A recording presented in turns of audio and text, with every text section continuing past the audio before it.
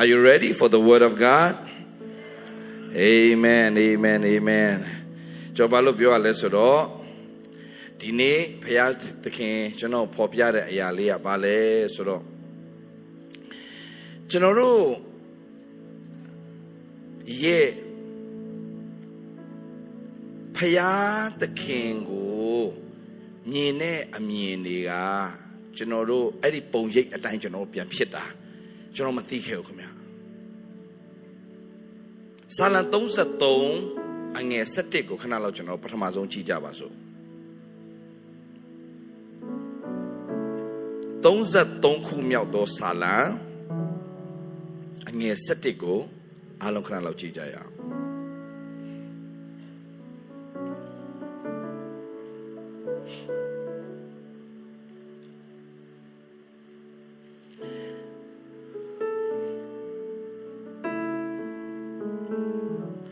Okay ဒါရေးကြည့်ပါတယ်အားလုံးတူကဖတ်ကြရအောင်1 2 3ထာဝရဘုရား၏ပြဋ္ဌာန်းတော်မူခြင်းသည်ကာလအနန္တနှင့်ဆိုင်၍စိတ်နှလုံးတော်၏အကြံအစီတို့သည်သားစဉ်မြေဆက်အဆုံးတိုင်အောင်တည်ကြလိမ့်မည်ပြန်ဖတ်ကြအောင်ညီကောင်မောင်မတို့ထာဝရဘုရား၏ပြဋ္ဌာန်းတော်မူခြင်းသည်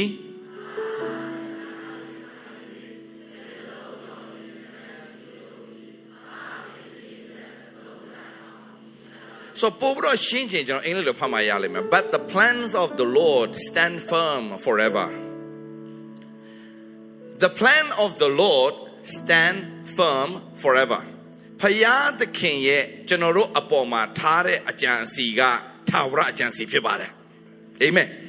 So ဒီကျွန်တော်ဆိုပါစို့ဗျာကျွန်တော်အပေါ်မှာတော့ဖယားအရန်ကောင်းမှုတော့ကျွန်တော်သားပေါ်မှာမကောင်းတော့တဲ့ဖယားမဟုတ်ပါဘူးတဲ့။ဘာဖြစ်လို့ဆိုတော့ကျွန်တော်အပေါ်မှာထားတဲ့အကြံအစီတိုင်းကျွန်တော်သားသမီးပေါ်မှာလည်းပြန်ထားပေးတဲ့ဘုရားရှင်ဖြစ်ပါတယ်တဲ့ဘယ်တော့မှရွေ့လျော့ဖောက်ပြန်သွားခြင်းမရှိတဲ့ဘုရားရှင်ဖြစ်ပါတယ်ဟာလေလုယာဒါရွေ့လျော့ခြင်းနဲ့ကင်းလွတ်တဲ့ဘုရားလို့အဲ့ဒါကြောင့်ပြောတာဖြစ်ပါတယ်ကျွန်တော်ထင်တာဒီနှစ်မှာပဲဘုရားကကောင်းတော့နောက်နှစ်မှာကျွန်တော်ဒုက္ခရောက်မယ်လို့ထင်တတ်တယ်ကျွန်တော်ဘုရားအဲ့လိုဘုရားမဟုတ်ဒီနှစ်ကောင်းရင်နောက်နှစ်ပို့တော့ကောင်းတဲ့ဘုရားရှင်ဖြစ်တယ်ဟာလေလုယာဟာလေလုယာကျွန်တော်ယုံကြည်ခြင်းနဲ့ကျွန်တော်ညီကိုမောင်မတို့ကျွန်တော်အယမ်းရစေခြင်းနဲ့ရှင်းပြောမယ်ညီကိုမောင်မတို့ကျွန်တော်ကဖယားကောင်းမြတ်ခြင်းကိုအယမ်းလူတွေကိုရစေခြင်းလို့ပြောရင်းနဲ့ဂရုဏာတော်တော်တွေဖြစ်ပြီးတော့မှအယမ်းနေဘယ်လိုခေါ်မလဲပြောရင်းနဲ့ရှင်းပြောရင်ဗျာလူတွေနားမလည်နိုင်တဲ့အထိကျွန်တော်ကပြောလိုက်မိတယ်ပြောချင်တာကကျွန်တော်လူတွေအယမ်းရစေခြင်းနဲ့ရစေခြင်းနဲ့ကျွန်တော်ကသူများဂိုင်းကရတွေပါတိုက်ခိုက်တယ်လို့ဖြစ်သွားတာတကယ်တော့ကျွန်တော်ဖြစ်စေချင်တာဒီလိုအရေးမကြီးတာကိုအရေးကြီးတဲ့နေရာမှာထားတာကျွန်တော်မကြိုက်တာခရိယန်ဘာသာကြီးကိုရေးလာမှုန်းတင်တာကျွန်တော်မခိုက်ဘူးဗျာဒါပွင့်လင်းပြောတာခရိယန်တဲ့ခရစ်တော်အရေးကြီးတယ်အဲ့ဒါကိုကျွန်တော်ကတဲ့ဖဲ့တဲ့အခါမှာဘာသာရေးသမားတွေကျွန်တော်မကြိုက်တော့ဘာသာရေးခရိယန်ဘာသာရေးသမားတွေကျွန်တော်မကြိုက်တော့ကျွန်တော်ဖြစ်စေချင်တာခရစ်ယာန်ထဲမှာရှိလို့ကြည်ချင်းမရဘူးဗျာခရစ်တော်ထဲမှာရှိမှာဗျာခရစ်တော်တကယ်ရမှာဗျာခရစ်တော်နဲ့တကယ်ယဉ်နီးသွားမှာကျွန်တော် life တွေပြောင်းသွားတာဘာလို့ကျွန်တော်အရန်သိခဲ့တာကိုကျွန်တော်ဘာသာထဲမှာကျင်လည်ခဲ့တဲ့လူလေကျွန်တော်ဥစားဦးဝဲဆိုတာနဲ့ကျွန်တော်အဖေနဲ့အမေကကျွန်တော်ကိုဖះเจ้าပို့လိုက်တဲ့အဖွဲထဲမှာပါတာ哦စနစ်ပြည့်တာနဲ့ကျွန်တော်နေချင်းတွေပါပေးလိုက်ပြီးတော့ကျွန်တော်အမှစရက်တောက်တက်သွားအောင် sorry အမေကြောင့်တော့မဟုတ်ဘူးကျွန်တော်ပေါင်းသင်းမှားသွားတာအမေကြောင့်ဘာမဆိုင်ဘူးအမေကအကောင်းဆုံးပဲပို့ဆောင်ပေးခဲ့ပေမဲ့ကျွန်တော်ဖះเจ้าမှာရက်တောက်တက်သွားတာဆိုတော့အဲ့လိုဖြစ်သွားတာဆိုတော့ပြောချင်တာစနစ်ပြည့်သွားကျွန်တော်နှိချင်းခံပြီးတယ်ကျွန်တော်ကစနစ်စကူတက်ဆရာမလို့တော့ဘူးအဲ့မှာစဖြစ်တာပဲပြဿနာစနစ်စကူတက်ဆရာမလို့တော့ဆိုတော့ဘယ်ရောက်သွားလဲဆိုတော့စနစ်စကူလွတ်သွားတဲ့အခါမှာလူငယ်စီရောက်သွားတယ်လူငယ်တွေကဆွမ်းထက်တယ်အကိုကြီးတွေကပြန်ပြီးတော့မှဂျူနီယာတွေကိုပြန်ပြီးတော့စီနီယာဂျူနီယာပြန်ခေါ်သွားတယ်လက်ဖိတ်ဆိုင်မနက်တော့လက်ဖိတ်ဆိုင်ညနေမှာတော့ရက်ဆိုင်ရောက်သွားတာဒီလိုနဲ့ဖြစ်ခဲ့ကြတာကျွန်တော် live တွေကဆိုတော့ကျွန်တော်ဘာသိလဲဆိုတော့ခရစ်ယာန်ထဲမှာကျွန်တော်ကြီးပြင်းခဲ့ပေမဲ့ခရစ်တော်နဲ့ကျွန်တော်မရခဲ့ဘူးခင်ဗျာအဲ့ဒါတကယ်ဆုံးရှုံးတာဒါပေမဲ့ဒီနေ့မှာကျွန်တော်ဘာပြန်ပြောနေလဲဆိုတော့ခရစ်တော်ကိုရခြင်းရဲ့မင်္ဂလာကြီးအယမ်းကြီးတာဗျာမဟုတ်ဘူးအာမင်ဆိုတာအတန်မထွက်လာဘူးဆိုရင်တော်တော်မသိသေးဘူးခ တော်ရတဲ့မင်္ဂလာကြီးဟာကျွန်တော်ခုကြည့်နေဗျာခရစ်တော်ကြောင့်သာမဟုတ်ရင်အခုနမဆုံတင်တခြင်းလို့ပေါ့ဆရာစံပြည့်ရဲ့တခြင်းပေါ့နော်မဆုံတင်ဆိုတယ်ကိုတော်ကြောင့်သာမဟုတ်ရင်ကျွန်တော်ကဘာမှမဟုတ်မြေမှုန့်ထဲမှာတကယ်ဒါပေမဲ့ဖယားကိုရပြီးတော့မြေမှုန့်ထဲမှာပဲဆက်ထိုင်တော့မဟုတ်ဘူးအဲ့တော့မခံစားနိုင်တာကျွန်တော်ရဲ့တဘာဝဟုတ်ဗျာဖယားနဲ့အချိတ်ဆက်ရတဲ့ဒါဝိဒ်ကဗျာတိုးချန်ထဲမှာလမ်းမဆုံးသွားဘူးလေဗျာဟုတ်လားတိုးချန်ထဲမှာတော့ရှိခဲ့ပေမဲ့ဖယားအချိန်တန်တော့ရှင်းမြောက်တယ်ဗျာအချိန်တန်ရင်အတီးတီးမယ်လို့ပြောပြီးသားလေအရွက်မညှိုးတော့နဲ့အပင်ကဲသူဖြစ်မယ်ပြုလေသမျှမှာအောင်လိုက်မယ်လို့ပြောပြီးသားအောင်မယ်ပြောတော့မအောင်မြင်တာကြီးကိုကျွန်တော်မခံစားနိုင်တာလေပြီးတော့ကျွန်တော်တို့ခရိယန်တွေရဲ့ favorite ကျမ်းပိုက်ကပါလဲဆိုဆာလ23ထရဖျားဒီကုန်တည်တယ်ငါဒီဆင်းရဲနေပါတယ်မဟုတ်ဘူးဆင်းရဲမခံရဖြစ်ရမှာဒါပေမဲ့ခရစ်တော်တော့ငါဆင်းရဲခံမှာ no ခရစ်တော်ဆင်းရဲခံပြီးတော့တို့ဆင်းရဲစရာမလိုတော့ဘူးခရစ်တော်အသေးခံပြီးတဲ့တို့တို့အသက်ရှင်တဲ့ခွင့်ရသွားပြီခရစ်တော်ဆင်းရဲခံတဲ့တို့ကကြွယ်ဝဖို့ကြောင့်ဖြစ်စေတယ်အဲ့ဒါကိုကျွန်တော်ကြွယ်ဝခြင်းကြောင့်ပြောတာဘာမှားလဲကျွန်တော်မမှားဘူးကျွန်တော်ဟောတာမှားရင်ကျွန်တော်ပြန်ရုပ်သိမ်းသွားတာကြားပြီခေါ်တော်မူခြင်းခံတာကြားပြီခရစ်တော်နဲ့အိပ်ပျော်သွားတာကြားပြီဘာစကားရှိသေးတယ်ထပ်သုံးချင်သေးတယ်ညာဒီ generation တော့ဖခင်ကျွန်တော်ထားတယ်ဘာလို့မရတော့လို့ဆုံးရှုံးခဲ့တာကြာပြီဆုံးရှုံးခဲ့တာနှစ်ပေါင်းများစွာကြာပြီဘာလို့ပြောင်းဘာဖြစ်လို့လဲကျွန်တော်ညီကောင်မဖခင်เจ้าနေရှိပြီးတော့ရက်သမားတွေပုံများလာတယ်ဘိန်းစားတွေပုံများလာတယ်ဘာဖြစ်လို့တက်လာအဲ့ဖခင်เจ้าတွေမှာဝိညာဉ်တော်မရှိလို့ that's it ဘာဖြစ်လို့လဲနှုတ်ဘတ်တော်ဘာပြောလဲ where the spirit of the Lord is there is a liberty တဲ့ဝိညာဉ်တော်ရှိနေမှာအမြဲတမ်းလွတ်မြောက်ခြင်းရှိတယ်တဲ့ဖခင်เจ้าလာတော့မှချုံနှောင်ချင်းတဲ့မလွတ်မြောက်ဘူးဟလာဝိညာဉ်ချုံနှောင်ချင်းတဲ့မလွတ်မြောက်ဘူးယောဂတဲ့မလွတ်မြောက်ဘူး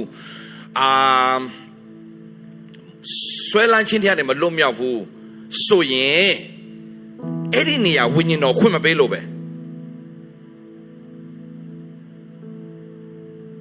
ကျွန်တော်ရှိမဲ့ကျွန်တော်ဆရာကြီးလို့လည်းမနေနိုင်ဘူးဒီမှာတကယ်ဆရာကြီးကဝိညာဉ်တော်တကယ်ဥဆောင်တာဝိညာဉ်တော်ဖြစ်တဲ့ကြောင့်ကျွန်တော်လူငယ်လိုနေမယ်ဒီနေ့ကျွန်တော်ဆရာကြီး Joseph Prince ဆိုဆရာဒီနေ့ပုံတွေ့လိုက်တယ်ရေးလက်ခိုက်သွားတာအသက်60ကျော်ပြီဟာဒီနေ့ तू ဝစ်ထားတဲ့ပုံကဟာတပေါင်းရှုံးသွားမယ်တပေါင်းရှုံးသွားမယ်လုံးဝအသက်60ကျော်ပြီသူလုံးဝလမ်းစားနေဘာလဲဆိုကြည့်လဲကြည့်ရောသူဘာပြောလဲတခုံးပဲပြောလိုက်တယ်ဝိညာဉ်တော်နဲ့သွားရင်လူကအမြဲတမ်းပေါ့ပါနေတယ်ဘာလို့တိလာညီကိုမောင်းမှာတော့ဝိညာဉ်တော်နဲ့တကယ်သွားရင်တင့်ပေါ်မှာဘာတဘိုးမှဝိညာဉ်တော်တင်ခွင့်မပေးဘူးအကုန်ချိုးတာ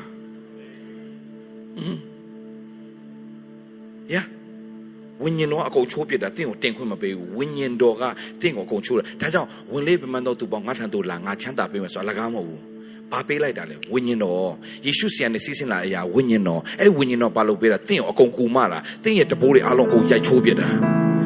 ဟာလေလုယာတော့ကျွန်တော်ရေးကြည့်တယ်ကျွန်တော်မပေါ်ပါမလန်းဆန်းနေဘူးဆိုရင်ညီကိုမောင်မတော်မှတ်ထားညီကိုမောင်မတော်မပေါ်ပါမလန်းဆန်းဘူးဆိုရင်တင်မှတ်ထားတင်ဒုက္ခကိုတင်ကိုယ်ဝန်ဆောင်ထားပြီဒုက္ခကိုတင်ကိုယ်ဝန်ဆောင်ထားပြီဒုက္ခကိုတင်ကိုယ်ဝန်ဆောင်ထားလို့တင်မလန်းဆောင်ဖြစ်အဲ့ဒုက္ခကိုတင်ကိုယ်ဝန်ဆောင်ထားတယ်ဆိုရင်ယေရှုကပြောတယ်ငါထံသို့လာငါချမ်းသာပေးမယ်ဘာပေးမှလဲဝိညာဉ်တော်ပေးမယ်အဲ့ဒီဝိညာဉ်တော်တင်ဘာလို့ပေးမှတဘိုးတွေအားလုံးရိုက်ချိုးပြလိမ့်မယ်တင်ရှိသမျှအလေးတွေအားလုံးအကုန်လုံးဖယ်ရှားပြလိမ့်မယ်ဖခင်အသက်ကောင်းမြတ်တဲ့ဖခင်ညီကိုမောင်မတော်ဖခင်ကိုထင်မလွဲစေချင်ဘူး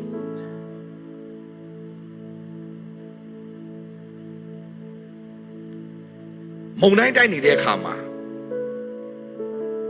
မုန်တိုင်းထန်လာတဲ့အခါမှာယေရှုနဲ့ရှိနေတပည့်တော်တွေအားလုံး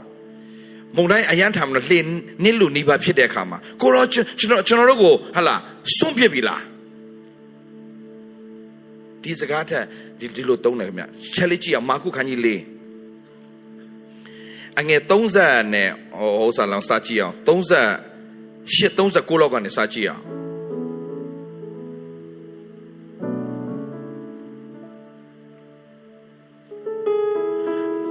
ကိုတော်ဒီပဲ့၌ခေါင်းအုံးပေါ်မှာကျိန်းဆက်၍နေတော်မူ၏တပည့်တော်ဒီကိုတော်ကိုနှိုးပြီးမှအရှင်ဖျားကျွန်ုပ်ပျက်စီးချင်းတို့အဲ့ဒါရေးကြည့်ပျက်စီးရောက်တယ်လစ်လူသောစိတ်ရှိတယ်လို့တဲ့ကိုတော်လစ်လူသောစိတ်ရှိတော့ပြောချင်တာပါလေ Teacher don't you care if we drown don't you care ကိုကျွန်တော်တို့ကျမဆိုင်တော့လားပြောချင်တာကိုကျွန်တော်တို့မကြည့်တော့လားဒီလိုအမြင်ရှိနေတဲ့၍သင်ဘယ်တော့မှမအောင်မြင်ဘူး Don't you care ကိုကျွန်တော်ကျမဆိုင်တော့လားကိုကျွန်တော်မချစ်တော့လားကိုကျွန်တော်ဆူတောင်းတန်ကိုနားမညောင်းတော့လား No ညီကိုမောင်မတော့ဘာဖြစ်လို့အဲ့လိုပြောလဲတိလားဖျားစကားကို तू မဆွဲလန်းထားလို့ဖျားစကားကိုမဆွဲလန်းလို့တော့ဟေဘရဲခန်းကြီး3ငယ်14မှာဘာပြောလဲစိတ်ဆွဲလန်းခြင်းကိုအစပြုတဲ့ကဲ့သို့အဆုံးတိုင်အောင်တည်ကြည်ရင်ခရစ်တော်နဲ့ဆက်ဆံတော်သူဖြစ်တယ်ကျွန်တော်အဓိကပြဿနာကဖျားသခင်ကိုမဆွဲလန်းတာဘာလို့လဲဖျားကိုမဆွဲလန်းဆိုပါလဲဖျားရဲ့စကားကိုမဆွဲလန်းတာကျွန်တော်တို့ကဖျားပြောထားပြီးသားစကားကဖျားမှတ်တာဖျားရဲ့စကားလေလောဖြစ်သွားတာဥပမာကျွန်တော်ပြောပြမယ်အလင်းဖြစ်စေလို့ပြောတဲ့ခါမှာဒီနေ့ထိလင်းနေရတယ်အလင်းညာရှိနေတယ်ဆိုတဲ့ချာနားထောင်တော့ဖျားပြောတဲ့စကားကိုကျွန်တော်တို့ကအယံဂယုဆိုင်ဖို့အရေးကြီးတယ်ဆွဲလန်းဖို့အရေးကြီးတယ်ဒါပေမဲ့ယေရှုပြောတဲ့စကားပါလဲတလားကန်တဖတ်တို့ကူကြကုန်အပ်နဲ့စကားမှာပါရှိပြီလေကန်ရဲ့တဖတ်ထိတာဝန်ယူထားပြီးသားသူကဒါပေမဲ့ပြဿနာကကန်တဖတ်ကိုငါတို့ကူကြကုန်အပ်လို့ပြောတဲ့စကားကန်တဖတ်ထိတာဝန်ယူထားပြီးပြီဆိုတော့မဆွဲလမ်းမဲနဲ့ခလဲကမုံတိုင်းကိုသွားပြီးတော့မှသူကဆွဲလမ်းတယ်ဒီမုံတိုင်းကငါ့ကိုဆွဲချတော့မယ်ဒီမုံတိုင်းငါ့ကိုဖျက်ဆီးတော့မယ်လို့ထင်တတ်တယ်အဲ့ဒါသင်ရဲ့မှားခြင်းဖျားစကားကကန်တဖတ်ကိုသွားမယ်လို့ပြောထားရင်ဖျားကကန်တဖတ်ထိတာဝန်ယူထားပြီးပြီဆိုတာကိုသင်စိတ်ချတတ်ဖို့အရန်ရည်ကြီးတယ်ဟုတ်တယ်ဘဝမှာပြဿနာမရှိဘူးလို့ဖျားမပြောဘူးအခက်ခဲမရှိဘူးလို့ဖျားမပြောဘူးသင်ရဲ့အတ္တတာထဲမှာဒုက္ခမရှိဘူးလို့ဖျားမပြောဘူးဒုက္ခရှိလိမ့်မယ်အခက်ခဲရှိလိမ့်မယ်ပြဿနာရှိလိမ့်မယ်သို့တော်ညာလဲပဲဒါဆိုရင်ပြောစရာရှိတယ်ဆရာဒုက္ခအခက်ခဲရှိမှတော့တခြားလူနဲ့တူတူပဲပေါ့ဆရာမတူဘူးညီကိုမောင်မတို့လူတိုင်းမှာဒုက္ခအခက်ခဲပြဿနာဆိုတာရှိပေမဲ့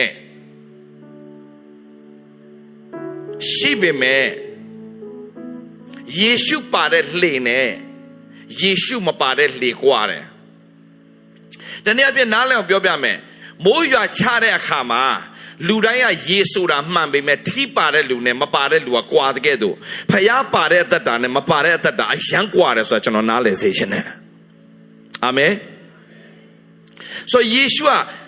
तू ပြောတဲ့စကားကိုမဆွဲလန်းတာကို तू ကမပြောတာဒါကြောင့်ယုံကြည်ခြင်းအားနည်းသောသူတို့လို့ထပြီးတော့မှယေရှုပြောရတဲ့စကားဘာကြောင့်ပြောတာလဲဆိုတော့ငါပြောရတဲ့စကားကိုမင်းတို့မဆွဲလမ်းမဲနဲ့လက်ရှိအခြေအနေလေးကိုတွားပြီးအာယုံစိုက်တယ်လက်ရှိအခြေအနေကိုအာယုံစိုက်ရတာမဟုတ်ဘူးဖျားစကားကိုအာယုံစိုက်ရတာဘာလို့ဖျားစကားဖျားကိုယ်တိုင်ဖြစ်နေလို့မရမှာဆိုလို့ပြန်ပြောမယ်ဖျားစကားကဖျားကိုယ်တိုင်ဖြစ်နေလို့ကျွန်တော်ပြောပြမယ်သင်စကားတစ်လုံးကိုသင်မပြောခင်မှာသင်ပိုင်ပြီမဲ့သင်ပြောလိုက်ပြီဆိုရင်အဲ့စကားသင်ကိုပြန်ပိုင်သွားပြီ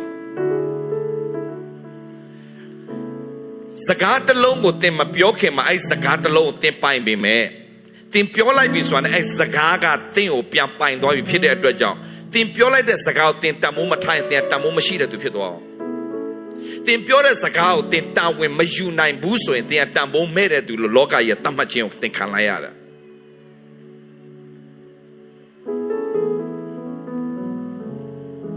နောက်စီးပွားရေးမှာအောင်မြင်ခြင်းတွေဘာတွေအစကျွန်တော်ခုနားလည်လာတာပါလို့ဆိုစီးပွားရေးမှာအောင်မြင်ခြင်းအစစကား10မျိုး6မျိုး6ပြောလို့မရအောင်စီးပွားရေးမှာဥမာဆိုပါစို့ငွေကြေးလုပ်တဲ့သူတွေငွေကိစ္စလုပ်တဲ့သူတွေဥမာဆိုပါစို့ဒီနေ့မှာဒီဈေးပေါက်တယ် for example ဒီနေ့မှာ40ဈေးက40ဈေးဆိုပါစို့40ဈေးနဲ့လူတယောက်ကိုကျွန်တော်ပြောလိုက်ပြီလွှဲပေးလိုက်မယ်ပြောပြီးပြီဒါပေမဲ့မနက်ဖြန်မှာ45ခုတက်သွားတယ် မခရိယန်ရဲ့သစ္စာမရှိဘူးဒါခရိယန်နဲ့မတိုးတက်ဘူးလောကသားတွေတိုးတက်တယ်ဒါဆို40နဲ့45မနက်ဖက်မှာခုံတက်သွားပြီတို့လွှဲရမှာမနက်ဖက်မှာလွှဲရမှာဒါပေမဲ့40ဒီနေ့ပြောထားတယ်မနက်ဖက်45ဖြစ်သွားပြီဘယ်လိုလုပ်မလဲ45နဲ့လွှဲဆိုတော့ဘာသူရှုံးလဲကိုရှုံးတယ်အဲရှုံးခံနိုင်ပြီးတော့မှကိုပြောစရာကိုတာဝန်ယူရင်နောက်ပိုင်းအဲ့လူတွေအားလုံးဘယ်သူနဲ့မှလုံးမလုပ်တော့ဘူးကိုယ်နဲ့ပဲလုံးတော့တယ်ခဏရှုံးတာကိုလူတွေက focus သွားထားတယ်အမြဲပြန်ရမယ့် customer ကိုတို့က queue မဆိုင်ခြင်းကခရိယန်နဲ့ရှုံးနေခြင်းဖြစ်သွားတယ်ဒါတခါစားခရိယန်နေအများကြီးပဲကျမ်းစာထဲမှာတခါစားယုံကြည်သူတွေရှိတယ်အဲ့ဒါဘာလို့ဆိုအေးတော့ပဲရင်တစ်ခွက်နဲ့သူ့ရဲ့တသက်လုံးရမယ့်ကောင်းချီးနဲ့သူလဲပလိုက်တယ်တခါစားဘယ်တော့မှမဖြစ်စေနဲ့တခါစားကကျွန်တော်တက်တော့ရှုံးနေစေတယ်ကျွန်တော်တို့ကိစ္စကျွန်တော်ပြောတဲ့စကားကိုတာဝန်ယူတတ်တော်သူဖြစ်ဖို့ဖရားအလိုရှိတယ်ဖရားသူပြောတဲ့စကားသူတာဝန်ယူတယ်โอเคကံတစ်ဖက်တော့ကူးကြကုန်အဲ့လိုပြောရင်အဲ့တစ်ဖက်ကိုဖရားတာဝန်ယူထားပြီးသားလုံးဝစိတ်ချတာဝန်ယူထားပြီးသားအဓိကကျွန်တော်တို့ဘာကိုဆွဲလန်းရမှာလဲဆိုတော့ဖရားရဲ့စကားကိုဆွဲလန်းတတ်မှာဖရားရဲ့စကားကိုဆွဲလန်းတတ်မှာ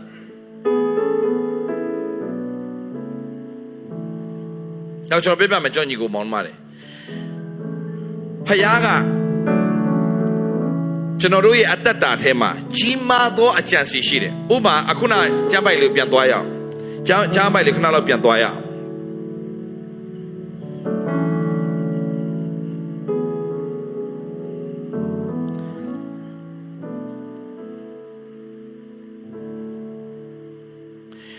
ကျွန်တော်တို့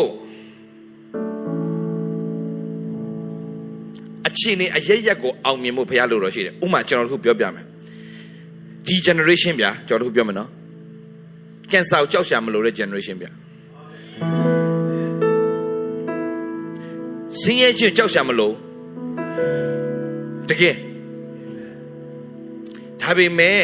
အဲ့ဒါတင်သိဖို့တော့လိုတယ်မသိလို့မရတင်မသိရင်တင်ဆုံးရှုံးသွားလိမ့်မယ်အခုန33အငယ်7ကိုပြန်သွားဆာလံโอเคပြန်ကြည့်အောင်ထာဝရဘုရား၏ဖြတ်ထန်းတော်မူခြင်းသည်ကာလအနန္တနှင့်ဆိုင်၍စိတ်နှလုံးတော်၏အကြံစီတို့သည်ဘာလဲအဆုံးတိုင်အောင်The counsel of the Lord stands forever. The plans of his heart to all generations. The counsel of the Lord stands forever. The plans of his heart to all generations. So the ဘုရားကျွန်တော်တို့အပေါ်မှာထားတဲ့အကြံစီတော်ကြီး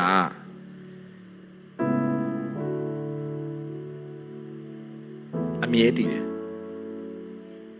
ဆိုတင်တိယမှာက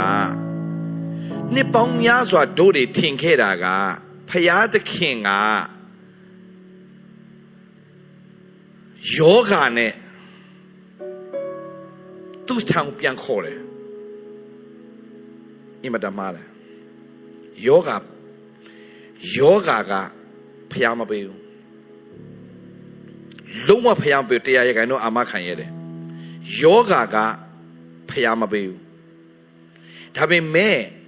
စာဒန်ကဝင်ပြီးတော့မှဥမာစာဒန်ကဝင်ပြီးတော့မှအခွင့်ရသွားတဲ့အရာကိုကတတိရလိုက်တဲ့ဒုက္ခရောက်တဲ့အခါမှာဖျားကိုတတိရပြီးတော့ဖျားကိုခေါ်တဲ့အချိန်မှာဖျားကအရှိတိုင်းတင်းကိုလက်ခံပြီးတော့မဆတဲ့အခါမှာတင်ချမ်းမှရှင်ပြန်ရသွားတာအဲ့တော့တင်မသိလိုက်တာက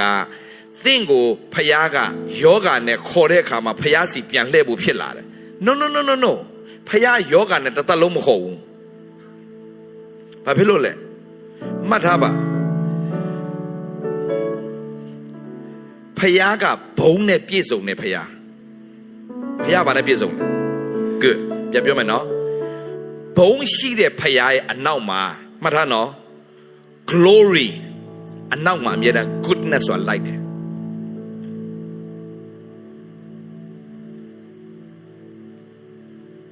ဖ ဖယားရဲ့ဘုန်းတော်ရဲ့အနောက်မှာဖယားရဲ့ကောင်းမြတ်ခြင်းအမြဲတမ်းလိုက်တယ်မှတ်ထားနော်ဆိုတော့ဖယားရဲ့ဘုန်းတော်အနောက်မှာဖယားရဲ့ကောင်းမြတ်ခြင်းအမြဲတမ်းလိုက်လာတာမကြခင်ကျွန်တော်ကျမ်းပိုက်တွေပြတော့မယ်ဆိုတော့ဖယားက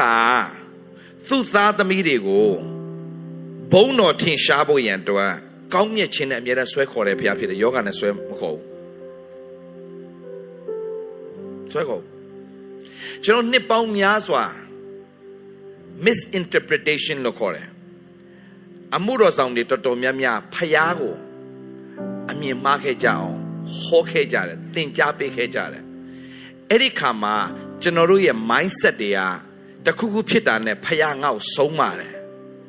ဖယားငါ့ကိုဆုံးမတယ် no ဒီ generation ကတကယ်ထူးခြားရမယ်တကယ်မင်္ဂလာနဲ့ပြည့်တဲ့ generation ဖြစ်ရမယ်ဒီအတွက်ကြောင့်ကျွန်တော်နားလည်ရမှာကကျွန်တော်တို့အပေါ်မှာဖျားထားတဲ့အကြံစီကိုကျွန်တော်နားလည်သွားပြီးဖျားကဒီလိုဖျားကြီးပါလားဆိုတာသိသွားဥပမာကျွန်တော်ပြမယ်ယောဟန်ခန်းကြီး30ငယ်30ကိုကြည့်လိုက်ယောဟန်ခန်းကြီး30ငယ်အားလုံးသိထားပြီးသားဒါပေမဲ့ပြန်ကြည့်မယ်ဖျားရဲ့ကောင်းမြတ်ခြင်းကသားစီမြေဆက်တောင်တီးလိုက်မယ်โอเคကောင်းလိုက်မကောင်းလိုက်လုပ်တဲ့ဖျားမဟုတ်ဘူးအဲ့ဒါကောင်းမကောင်းတိကျွမ်းရဲ့အပင်ရဲ့အတီးရဲ့အမင်္ဂလာဖျားကကောင်းမကောင်းတိကျွမ်းရဲ့အပင်နဲ့မဆိုင်ဘူးဖယားကအသက်ပင်နဲ့ဆိုင်တာဖြစ်တယ်ဖယားကတင့်ကိုကောင်းမကောင်းတိကျွမ်းရအပင်နဲ့လုံးဝမသက်ဆိုင်စေခြင်းမူဖယားကအသက်ပင်နဲ့ပဲသက်ဆိုင်စေခြင်းနဲ့ဖယားဟာလေလုယာမကြားမှာဆိုလို့ပြန်ပြောမယ်ဖယားသခင်ကတင့်ကိုကောင်းမကောင်းတိကျွမ်းရအပင်နဲ့မဆက်ဆံစေခြင်းပြောချင်တဲ့အရာတင့်ဘဝမှာတင့်ကောင်းခြင်းမကောင်းခြင်းနဲ့အဲ့လိုလိမ့်ပဲနဲ့သွားဖို့ဖယားအလိုတော့လုံးဝမရှိတဲ့ကြောင့်ကောင်းမကောင်းတိကျွမ်းအပင်အတီးကိုမစားခိုင်းတာဟယ်လိုကျွန်တော်ကောင်းမကောင်းအတ္တမှာတော့ဒါနဲ့ကောင်းလိုက်မကောင်းလိုက်ဆိုအလဲကြတော့ဖြစ်မှာပေါ့အဲ့ဒါကလောကသားဖယားသားနဲ့မဆိုင်ဘူးတော့ဖယားသားသမီးတွေကိုဖယားကအသက်ပင်နဲ့ပဲဆိုင်စေချင်တာတို့ကလောကသားပဲဆိုပြန်မလို့ရှော့တော့မှတို့ကအသက်ပင်ရဲ့အတိရဲ့မင်္ဂလာကိုမယူဘဲနဲ့တို့ကကောင်းမကောင်းနဲ့သွားချင်တယ်လူစရာကောင်းလိုက်မကောင်းလိုက်အလဲတော့လာမှာပေါ့အဲ့ဒါတို့နဲ့မဆိုင်ဘူးတို့နဲ့ဆိုင်တာဂျေစုနဲ့ခရစ်တော်တော်တစ်သက်လုံးပါလေခံစားရမယ်ပြောတစ်သက်လုံးပါလေနှုတ်ကိုကြဲဖွင့်ကြောညီကိုမောင်တော်ဝါစွာဖျားခင်ချွေးလိုက်မယ်သင်ရဲ့နှုတ်ကဝန်ခံခြင်းမင်္ဂလာကိုသင်ပြန်စားလိုက်မယ်ဟာလေလုယာသင်ရဲ့နှုတ်ကသင်ကိုမင်္ဂလာပြန်ဖြစ်စေဖို့အတွက်အင်မတန်အရေးကြီးတယ်အဲ့ဒီနှုတ်ကသင်ကိုဖျားပေးထားတဲ့လက်ဆောင်ဖြစ်တယ်အဲ့ဒါကိုကောင်းမှုစွာပြန်သုံးချတတ်တော်သူဖြစ်ပါစေဖျားခင်နာမဘုန်းကြီးပါစေမတာတခိုးဒီခိုးခြင်းတတ်ခြင်းဖြတ်စည်းခြင်းကလာတယ်ငါမူကအဲ့မှာ character နှစ်ခုတွေ့ရပြီငါကတခိုးမဟုတ်ဘူးတခိုးကခိုးမယ်တတ်မယ်ဖြတ်စည်းမယ်ဆိုတော့စာရန်ရဲ့အလုပ်ကပါလဲခိုးမယ်တတ်မယ်ဖြတ်စည်းမယ်ဒါသူ့ရဲ့အလုပ်ငါရဲ့အလုပ်ကငါရဲ့တိုးတွေကိုအသက်လွတ်ယုံမဲ့ကဲမှာမို့အသက်နဲ့ပြည့်စုံဖို့အင်းလေးလို့ဆိုအရန်ကောင်းတာရှိတယ်အတန်နဲ့လို့တစ်ဆယ်ပြန်သွားပဲတစ်ဆယ်ပြန်သွား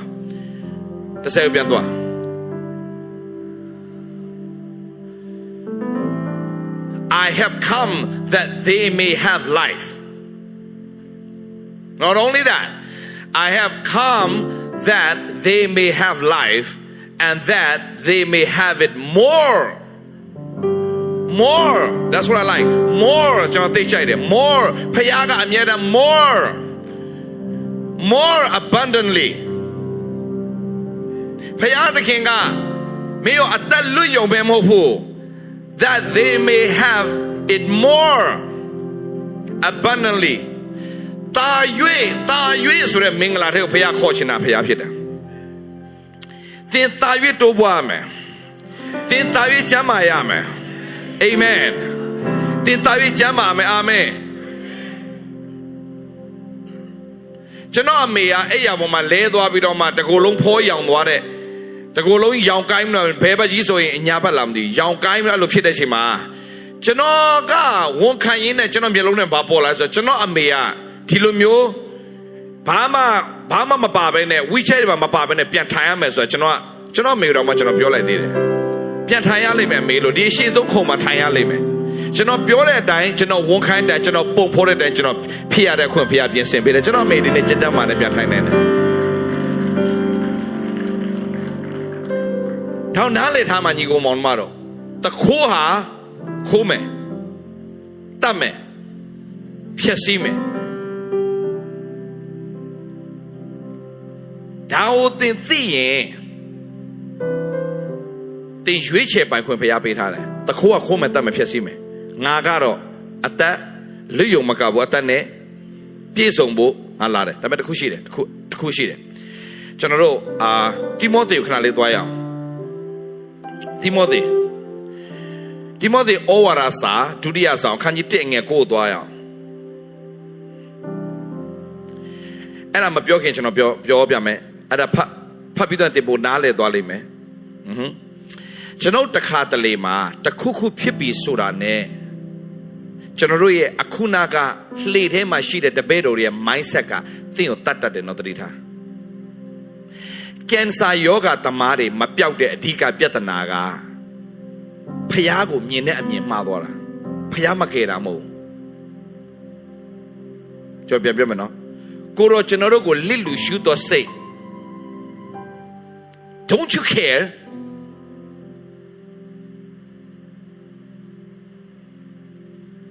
ဖျားမလုတ်ပေးတာကိုသင်စိတ်ဆိုးရလောက်အောင်ဖျားကိုမင်းကဘာလုတ်ပေးခဲ့လို့လဲ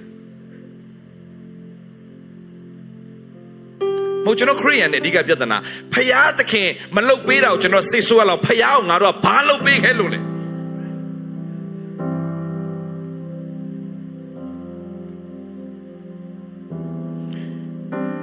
ဖျားကတော့ကိုယ့်ရဲ့ဆုတောင်းကြံတန်အောင်နားမထောင်တော့တာနဲ့ကိုကဖျားကို against ပြန်လုပ်တော့မှမကိုးကွယ်ငါလုပ်ချင်တာငါလုပ်မယ်လုပ်ချင်တိုင်းလုပ်ပေါ့ဘယ်သူမှမရှုံကိုပဲရှုံးတာပဲမင်းလိုချင်တာမပေးဘူးဆိုတာကမင်းလိုချင်တာထက်တာ၍ကောင်းသောအရာဖျားမှာရှိထားပြီးသားလေဘာလို့ပေးမှလဲဖျားမင်းတောင်းတဲ့ယောက်ျားကိုပေးလိုက်ရင်အဲ့ဒီယောက်ျားနဲ့နောက်4 နှစ်မှာကွဲမယ်ဆိုတော့ဖျားသိထားတော့မပေးဘူးလေအဲ့တော့ငါတောင်းတာဘာလို့မပေးရလဲဆိုပြီးတော့မှဖျားကိုပြန်ပြီးပြစ်တင်တဲ့သူတွေရှိတယ်လေ9 နှစ်လောက်မှယူပြီးမှမုတ်ဆိုးမှဖြစ်မယ်ဆိုတော့သိတဲ့အခါမှာဖျားတကယ်အဲ့ဒီဘဝကိုမရောက်စေချင်လို့ဖျားကတခါတည်းလက်မထက်ခင်မှာပဲတခါတည်းသူတို့နဲ့လမ်းခွဲသွားစေတယ်ဟာကမှဖျားကဘာလို့လဲဖျားရဘာညာငါပုံမှန်ဖျားရောက်သွားတာရှောက်ပြောတယ်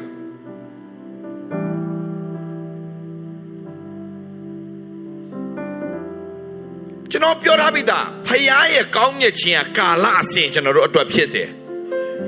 အာမင်ဖျားသိကောင်းမြတ်တယ်ဖျားပြောရသိကောင်းမြတ်တယ်ဖျားအခြေအနေတိုင်းမှာကောင်းမြတ်တယ်ဖျားဖြစ်တယ်အာမင်အာမင်အခြေအနေတိုင်းမှာကောင်းမြတ်တယ်ဖျားနောက်တစ်ခုထပ်ပြောမယ်ကျွန်တော်တို့ကတခါလေးမှာအဲ့ဒါတော့ခုနဖျားကိုဘာလို့လစ်လို့ရှိတာလဲကိုတော့တပိုင်းအဲ့ဒါနောက်တစ်ပိုင်းကျတော့ဘာလဲဆိုတော့ငါအဖြစ်ကြောင့်ငါခံရပြီငါအဖြစ်ကြောင့်ငါခံရပြီအမေရိကမှာဆရာကြီးတယောက်ရှိတယ်တကယ် mega church pastor ကြီးဒါပေမဲ့ तू ကဘာဖြစ်လဲဆိုတော့ तू ကBrazil ဘာမှာတော့ဖျား तू အရန်တုံးတယ် Brazil အဲ့ဒီ Brazil တို့ဒီ Spanish speaking countries တွေမှာ तू ဖျားအရန်တုံးတယ် तू ကလည်း half Spanish လားမသိဘူး तू ကအရန်ဖျားတုံးတယ် तू အဲ့ဒီကနေမှာအဲ့ဒီဘက်မှာရှိတဲ့Latino အမျိုးသမီးတွေအရန်လှတယ်အရန်ချောတယ်Latino မျိုးသမီးတွေအသားမဲတာလည်းမဟုတ်အသားဖြူတာလည်းမဟုတ်ဘူးသူတို့ကအရန်လှပတဲ့သူတွေပေါ့နော်ဆိုတော့အဲ့ဒီအမျိုးသမီးတယောက်နဲ့သူကမှားယွင်းသွားတယ်မှားယွင်းပြီးတဲ့အခါမှာပြန်လာပြီးတိတ်မချဘူးသူကယောဂဖြစ်တယ်အဲ့ဒါနဲ့ဆရာသူကလည်းနာမည်ကြီးတဲ့ဆရာဆိုတော့နောက်ဆုံးအင်မတန်မှကဘာကျော်ဆရာကြီးတွေတော့သူ့လက်တင်သွားဆူတောင်းပေးတယ်ဆူတောင်းပေးပေမဲ့အဖြေမရအောင်မထူးခြားတော့အဲ့ကမှနောက်ဆုံး word of knowledge ကိုအရန်ရတဲ့ဆရာကြီးတယောက်ရှိတယ် word of knowledge ဆိုတာဖခင်ရဲ့အ tango chata bi di chini di chima phaya daya saka pyo tang chata de sia yi tu nam ya Kenneth E Hagen lo khor de sia yi Kenneth E Hagen Rima Bible College yo ti thong khae de sia yi Tulsa Oklahoma ma ne de ku do song twa bi ai no pyan twa bi so adi sia yi ya naw songအခုပေါ့အဲ့ဒီတော့ကတော့နာမည်ကြီးတဲ့ဆရာကြီးဘယ်နေဟင်းတော့စာအကုန်သွားဆူတောင်းပေးဒါပေမဲ့ဘာမှမထူးခြားဒါနဲ့ကဲဆရာကြီးကလည်းအေးဟဲကဆူလဲဆူတောင်းပေးပြီးတော့ပြန်ထွက်လာတဲ့အချိန်မှာသူမကြခင်မှာဆုံးလိုက်မယ်တဲ့ချက်ချင်းပြောတယ်မကြခင်မှာဆုံးလိုက်မယ်ဖျား73ချင်မဲ့သုံးလို့မရတော့ဘူးတဲ့ဘာလို့လဲဆိုတော့တဲ့ဖျားမသုံးချင်တာမဟုတ်ဘူးဖျားသုံးချင်တယ်သုံးဖို့လည်းအစီအစဉ်ရှိထားပြီးသားမှတ်ထားညီကိုမောင်မတော်ဖျားရဲ့အကြံစီကိုတင့်ပေါ်မှာထားတဲ့ဖျားရဲ့အကြံစီကိုစာရန်ဖြတ်လို့မရဘူးဒါပေမဲ့ဖျားတင့်ပေါ်မှာထားတဲ့အကြံစီကိုတင်ဖြတ်လို့ရတယ်ဖျားရဲ့အကြံစီပြတ်သွားရင်ဖျားတင့်ပေါ်မှာထားတဲ့အကြံစီပြတ်သွားပြီဆိုရင်စာရန်ပုံမချနဲ့အဲ့ဒါတင်ကြ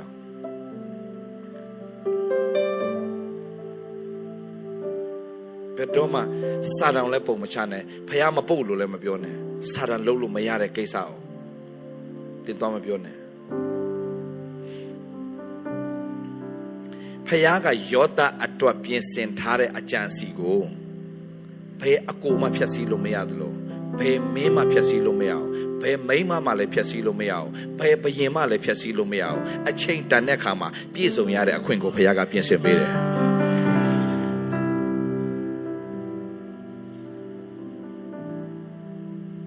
ဒါယောသရဲ့ထူးခြားချက်တစ်ခုကတော့ယောသက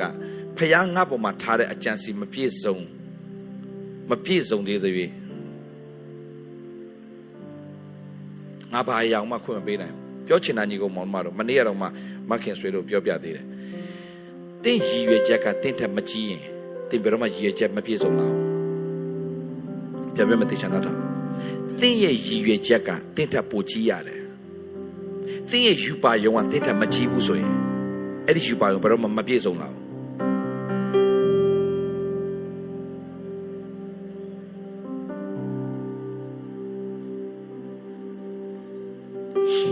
နားလည်အောင်ထပ်ပြောပြမယ်တင့်ရဲ့ယူပါယုံတော့တင့်ရဲ့ယူပါယုံတော့တင့်ကိုတင်စတေးနိုင်ရတယ်တင်မြင်တတ်ဖို့အရာအရေးကြီးတဲ့အရာပါလဲဆိုတော့တင်မျိုးစေ့ပြတ်မှာတင်အရန်ကြောက်တယ်ဒါတော့အဲ့ဒီမျိုးစေ့လေးကိုတင်ကဒီစင်ပေါ်မှာတင်ထားတယ်ငါမျိုးစေ့လေးပြတ်မှာကြောက်တယ်မျိုးစေ့လေးပြတ်မှာကြောက်တယ်ဒါပေမဲ့မတိလိုက်တာကအဲ့ဒီမျိုးစေ့ကပြတ်ရင်အပင်ပေါက်လာလိမ့်မယ်အဲ့ဒီအပင်ထဲကနေအသီးတွေအများကြီးထွက်လာလိမ့်မယ်အဲ့ဒီအသီးထဲကနေမျိုးစေ့တွေမြောက်များစွာပြန်ရှိတယ်ဆိုတာမမြင်တတ်တဲ့အခါမှာအဲ့ဒီရည်ရွယ်ချက်အဲ့ဒီယူပါယုံညမမြင်နိုင်တဲ့အခါမှာအဲ့ဒီမျိုးစေ့ပြတ်ဖို့အရန်ကြောက်တယ်ကိုထိမှအရန်ကြောက်တယ်ကိုဆုံရှုံမှအရန်ကြောက်တယ်ကိုအပြောခံမှအရန်ကြောက်တယ်ကိုလက်ညှိုးထိုးခံမှအရန်ကြောက်တယ်ကိုဆွဲချခံမှအရန်ကြောက်တယ်ကြောက်တယ်ဒါပေမဲ့သင်မသိတာကသင်မမြင်တတ်သေးတာအဲ့ဒီမျိုးစေ့ကပြတ်မှာလက်ညှိုးထိုးခါမှာစတွေးခွက်တဲ့မျောမှာအပြစ်တင်ခါမှာရှုံချခါမှာအရန်ကြောက်ပေမဲ့အဲ့ဒီမျိုးစေ့ပြတ်သွားရင်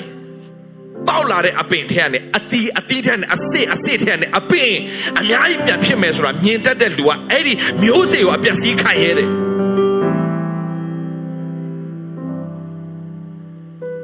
ကျွန်တော်ခြိုက်တလောက်တိုက်ခိုက်ဒါပေမဲ့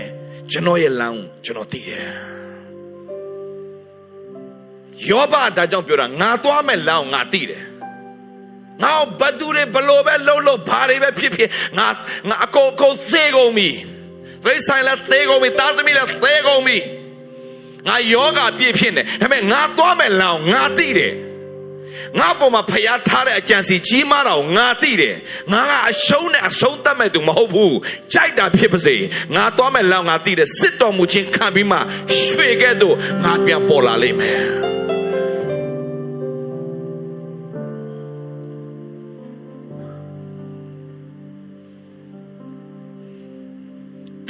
gold ကိုဖြစ်ဖို့ရန်တော့ pure gold ဆိုတဲ့ရွှေစင်ဖြစ်ဖို့ purify လုပ်ရတယ် purify လုပ်ရတယ်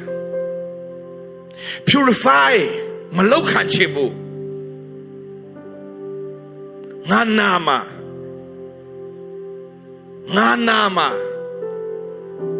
ကြောက်တယ်ငါထိမှာကြောက်တယ် no တင်းရည်ရွယ်ချက်တော့တင်းအရာရောက်ရင်ဆိုင်ရရမှာဒါပေမဲ့တင်းကိုဘယ်တော့မှတယောက်တည်းပြစ်ထားတဲ့ဖရားမဟုတ်ပြန်ဘူးမင်းတို့ကတော့ရှိတယ်ညီကိုမောင်မတို့တင်းရင်ဆိုင်ရတဲ့အခက်ခဲတိုင်းမှာတင်းတစ်ခုပဲသိရမှာအဲ့ဒါကငါဆုံးရှုံးဖို့မဟုတ်ဘူးဆိုတာတင်းသိဖို့အရေးကြီးတယ်ပြောငါဘယ်တော့မရှုံးဘူး no မရသေးဘူးဒီလိုတန်နဲ့မရအောင်ငါဘယ်တော့မရှုံးဘူး အခြေအနေဖြစ်လာရင်အဲ့ဒီအခြေအနေကတင်တက်တည်ခံစရာပဲဖြစ်ရမယ်ဆုံးရှုံးစရာမဖြစ်ဘူးတက်တည်ခံစရာပဲဖြစ်ရမယ်ဘုရားဘုန်းတော်ထင်ရှားစရာပဲဖြစ်ရမယ်အာမင်အခုဗျာမြန်မာပြည်ရဗျာရစရာမရှိအောင်စုပ်ပြတ်သတ်နေဗျာဒါပွင့်လင်းပြောပြမယ်ဒါပေမဲ့အဲ့ဒီအရာအားလုံးကတက်တည်ခံစရာဖြစ်ရမယ် no မကြားရအောင်အာမင်ကျွန်တော်တို့မနေ့အကြီးကျယ်ဆူတောင်းတယ်ကျွန်တော်ဝိညာဉ်တော်ကစကားပြောရင်ကျွန်တော်ကအစာမရှောင်ချင်ဘူးဒါပွင့်လင်းပြောတာကျွန်တော်အစားကြိုက်တယ်အရာအစားကြိုက်တာကျွန်တော်ဒါပေမဲ့ဖျားရှောင်ခိုင်းမှုဆိုကျွန်တော်ရှောင်ပြီမြန်မာပြည်အတွက်ကျွန်တော်ရေးလဲဖျားစကားပြောပြီ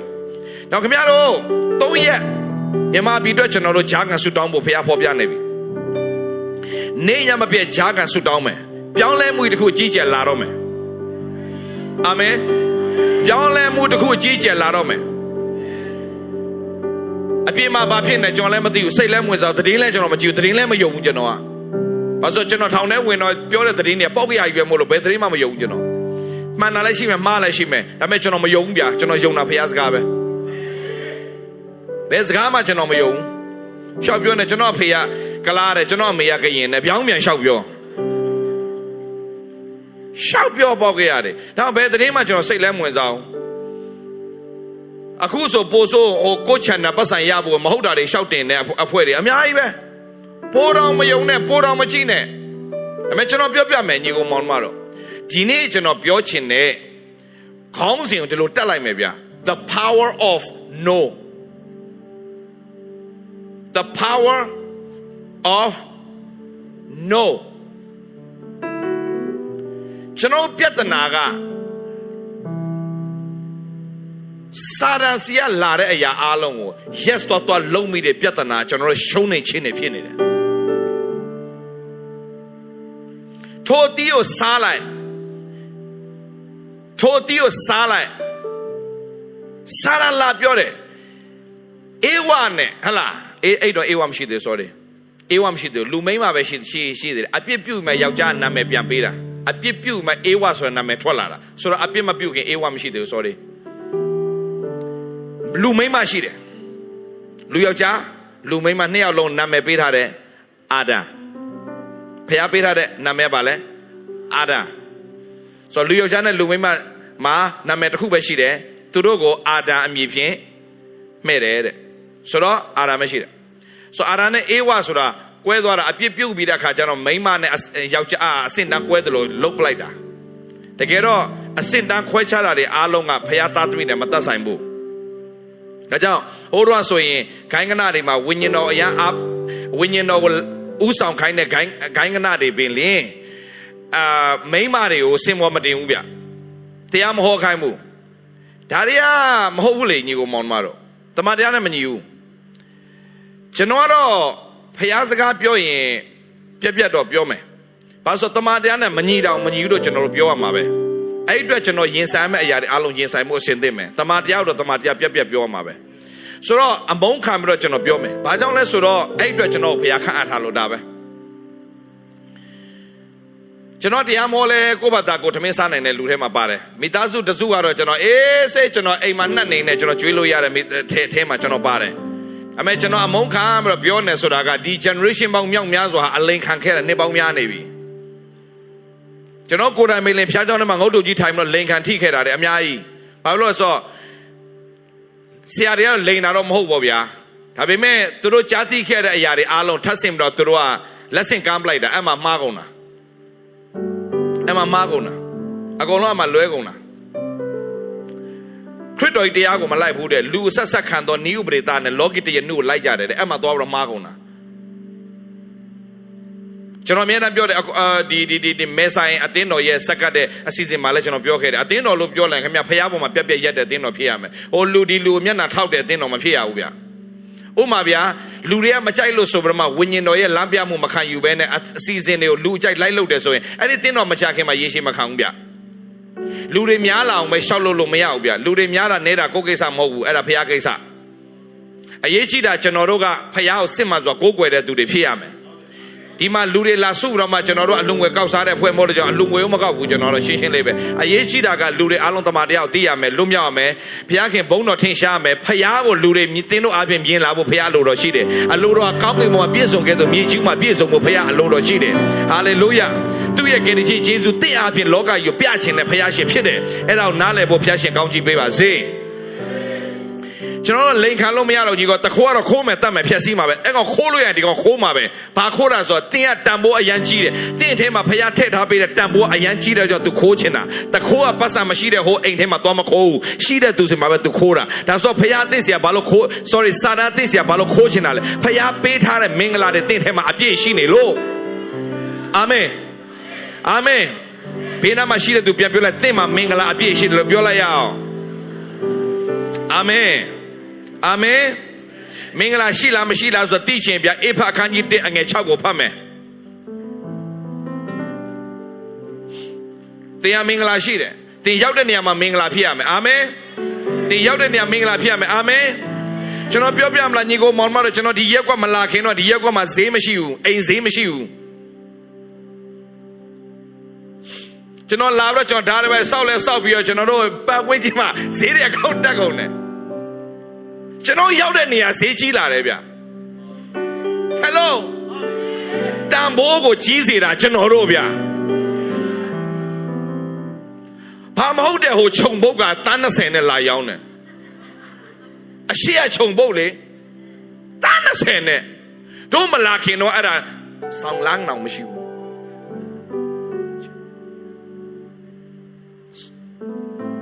နှစ်တန်းတော့မရှိတဲ့ဟာအခုတန်း20နဲ့ရောင်းနေတယ်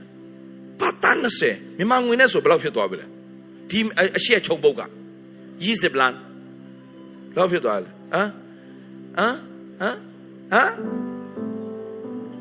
တတောင်းကိုဘယ်လောက်လဲ30ကိုဘယ်လောက်လဲ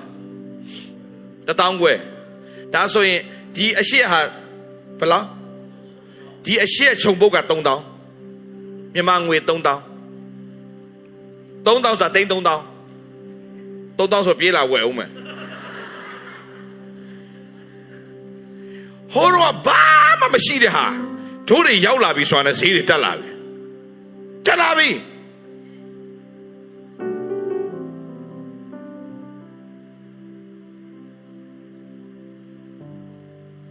ကိုကျော်ကိုတို့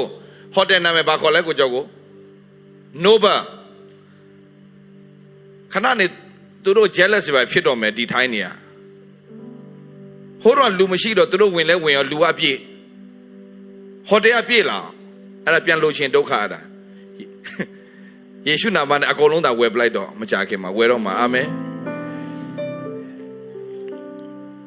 ဒီမှာဒီမှာဥစားဟိုတယ်တွေ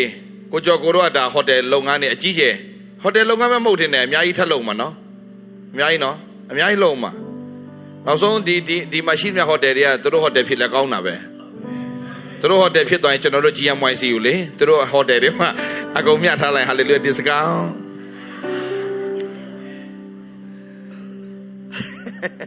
Oh by the way ကျွန်တော်တို့ GMYC ကိုကျွန်တော်တို့15 16 19 January လမှာလုပ်မယ်ချင်းမိုင်မှာပဲလုပ်မယ်အာမင်ဘုရားရှင်ဘယ်လောက်ကောင်းမြတ်လဲဟိုတော့ GMYC ကိုသူများလိန်နဲ့လာတယ်ဒီရဖွဲ့တွေအားလုံးကချိန်ချင်းလျှောက်လို့ရပြီအခုဘုရားကြီးပြည့်စင်တာအာမင်အာမင်အာမင်ဆိုကျွန်တော်ညီကောင်မကျွန်တော်ပြောမယ်ဖခင်အရန်ကောင်းမြတ်တယ်ဖခင်အရန်ကောင်းမြတ်တယ်မကြည့် ငါတို့ဒီယေရှုခရစ်အပြင်သားအရာကိုရမည်ကြောင်းအလိုတော်ရှိသောစေနာတိုင်းရှေးမစွာကဘာဖြစ်လဲခွဲခန့်မှတ်သားတော့မဆက်သွားရအောင်ရှေးမစွာကလေးခွဲခန့်မှတ်သားတယ်ခတ်သိမ်းသောတတိပညာနှင့်လျော်စွာငါတို့၌အတိုင်းထက်အလွန်များလာစွာတော့ပါလဲပြောပြန်ပြောအတိုင်းထက်အလွန်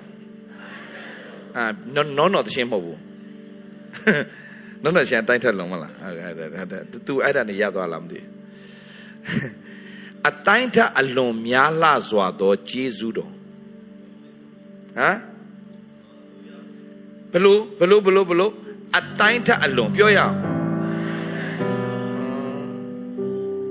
အတိုင်းထက်လွန်ဆိုစကားကိုတို့လောကစကားမှာဘယ်လိုသုံးလဲတယောက်နဲ့တယောက်ဘယ်လိုသုံးလဲအတိုင်းထက်လွန်ဆရာဘယ်လိုသုံးလဲချစ်သူကြီးစားမှာသုံးလို့ရလားမရဘူးနော်ရလားမရဘူးနော်ရှာရွှေရလားချစ်သူကြီးစားမှာမသုံးနော်ဆရာမအခရီးသုံးလားဆရာအဲ့တော့ဆရာတောင်းမ sorry ဘယ်လိုပြောလိုက်တာလဲအဲ့ဒါလားအဲ့ဒါနဲ့တောင်းမပြရမှာဒုက္ခ okay ဘယ်လိုသုံးလဲအတိုင်းထက်လွန်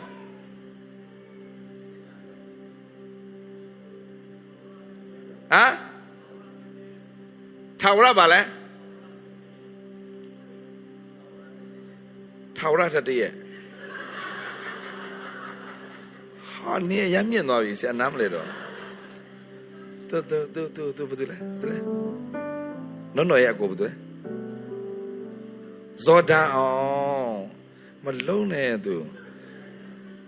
ကျောင်းမှာလည်းသူမေးခွန်းမေးလိုက်ရင်တော်တော်လေးသူကဟိုဘက်ကိုလုံမလားထာဝရရဲ့တရက်ဟုတ်လားအဲ့လိုပြောလိုက်လားဇောဒန်အောင်မလုံးနဲ့အတိုင်းထက်အလွန်ဆိုတာပါလဲဆိုတော့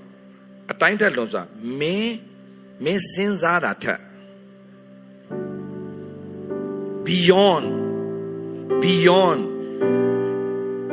beyond your own imagination မင်းစဉ်းစားတာထက်တာရွေးကောင်းတဲ့အရာရှိနေတယ်ဒီစားမှာသုံးလို့ရတယ်ဆရာရွှေအကိုကျမဘယ်လောက်ချစ်လဲဆိုတော့အတိုင်းထက်လွန်မင်းထင်ထားတာထက်ပို့တယ်ဆရာမစပယ်ကိုနည်းနည်းပြောဒုက္ခပဲစပယ်ပဲရောက်နေငါသမီးအတိုင်းထက်အလွန်များလာစွာသောကျေးဇူးတော်ဟာဘာဖြစ်လဲကျွယ်ဝပြည့်စုံတဲ့နဲ့အညီတဲ့ဆက်သွား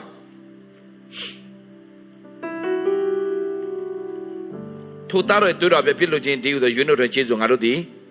ခံရကြ၏ဆိုတော့မကြည့်ရအတိုင်းထက်အလွန်ဖះပြင်ဆင်ထားတာအတိုင်းထက်လွန်ပြောအတိုင်းထက်လွန်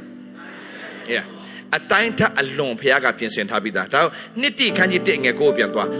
ဖះရဲ့ပြင်ဆင်ထားတဲ့အရာကိုရဖို့ရန်အတွက်ကျွန်တော်တို့မရတဲ့အဓိကပြဿနာပါလဲသိလားငါမထိုက်တန်ဘူးဆိုတဲ့အရာမရစေဘူးပြောရငါမထိုက်တန်ဘူးပြောရငါမထိုက်တန်ဘူးလို့ပြောလိုက်မားတယ်အဲ့ဒါ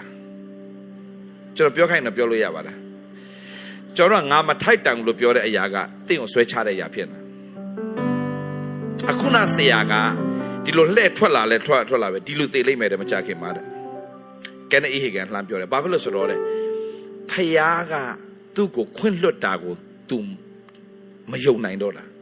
ငါမှားသွားပြီငါမကောင်းတော့ငါမှားတယ်ဒါကြောင့်ငါဖြစ်တာဆိုတော့ဘာကြောင့်အဲ့လိုဖြစ်တာလဲဆိုတော့ယခင်တုန်းက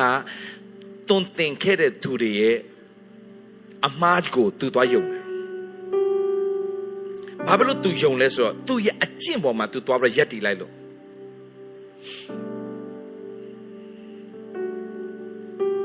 လူတော်များကကိုယ့်ရဲ့အကျင့်ပေါ်သွားရက်တဲ့အခါမှာ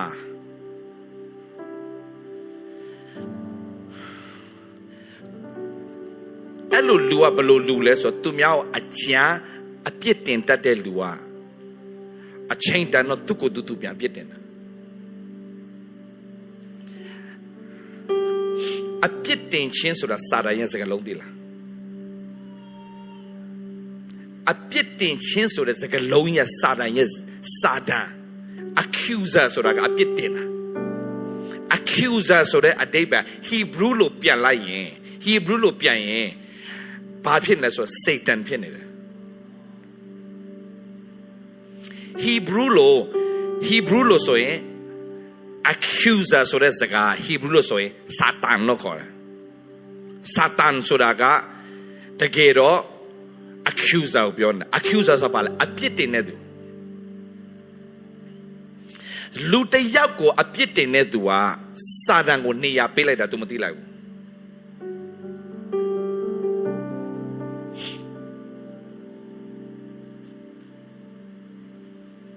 လူတစ်ယောက်ကိုအပြစ်တင်တတ်ခြင်းလူတစ်ယောက်ကိုအထောက်မတန်ပြောဆိုတတ်ခြင်းလူတစ်ယောက်ရဲ့ဂုဏ်သိက္ခာကိုမငဲ့ပဲနဲ့ရက်ဆက်ပြောဆိုတတ်ခြင်းတွေကဘသူစီရလာလဲဆိုစာရန်စီရလာတာအဲ့ဒီလူဟာသူများကိုပြောရင်နောက်ဆုံးဘာဖြစ်လဲဆိုတဲ့အခါမှာနောက်ဆုံးသူ့ကိုသူပါသူပြန်ပြီးတော့မှအမင်္ဂလာစကားကိုပြန်ပြောတဲ့အကျင့်ဖြစ်သွားအောင်စာရန်ကလုပ်လိုက်တယ်အဲ့ဒီအရာဘာဖြစ်တော့နောက်ဆုံးသူ့စကားနဲ့ပဲသူပြန်သေးတယ်နောက်ကျွန်တော်ညီကိုမောင်မအားလို့ကျွန်တော်ဘာပြောပြချင်လဲဆိုတော့နော်ညီကိုမောင်မတို့တင်ဟာထိုက်တန်လို့တင်ကောင်းကြီးခံစားတာတခုမှမရှိဘူးနော်ထိုက်တန်အောင်ကျင့်လို့လဲတင်ကောင်းကြီးဖြစ်မှာလည်းမဟုတ်ဘူးယေရှုကြောင့်တင်ကထိုက်တန်စေတာကဲနော်မကြည့်ငါတို့ဖျားသခင်ဒီငါတို့ကျင့်တော့အကျင့်ကိုထောက်တော်မမူဒါဆိုရင်ကျွန်တော်ပြောပြစရာရှိတယ်ဘာသာရေးမှာနှစ်ပေါင်းများစွာရိုက်ထည့်ထားတဲ့ကမှာဒါဆိုရင်ဆရာကျွန်တော်ကြိုက်တာလုပ်လို့ရပြီလားဆိုတော့မေကွန်းပြန်ထွက်လာလိမ့်မယ်အဲ့လိုမေကွန်းထုတ်ကြတဲ့ကတင်တကယ်ယေရှုတော်ကိုမခံစားသေးဘူး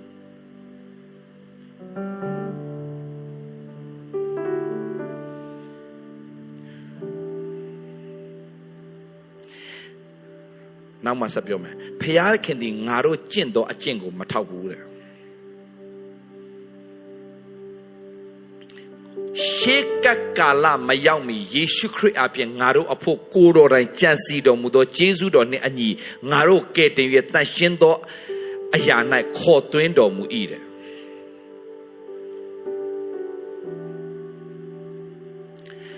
အကျင့်အရန်ပြောတဲ့သူကအဲ့ဒီအကျင့်နဲ့ပဲပြန်ကြတယ်ယေရှုတော်ကိုအမြဲပြောတဲ့လူဟာယေရှုတော်ကသူ့ကိုလဲကြမဲ့အရာထဲနဲ့အကုန်ပြန်ပြီးတော့ဖျားကဲတင်သွားတာဟယ်လိုကျွန်တော်ပြောပြမယ်အကျင့်အရန်ပြောတဲ့သူအဲ့ဒီအကျင့်နဲ့ပဲပြန်လဲတယ်တကယ်ဆရာကြီးတွေပဲလေအကျင့်နဲ့ပဲပြန်လဲသွားတယ်ဒါပေမဲ့ယေရှုတော်နားလေတဲ့သူက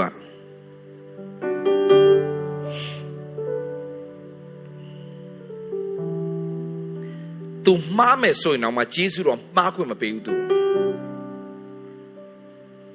ဘာလို့ယေရှုတော်ဆိုတာစကားလုံးမဟုတ်ဘူးယေရှုတော်ဆိုတာ title မဟုတ်ဘူးယေရှုတော်ဆိုတာပုဂ္ဂိုလ်ဖြစ်နေလို့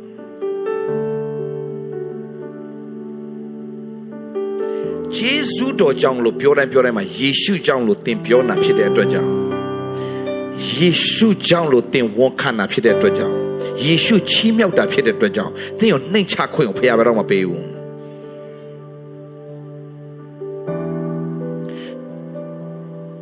အတ္တတာမှာ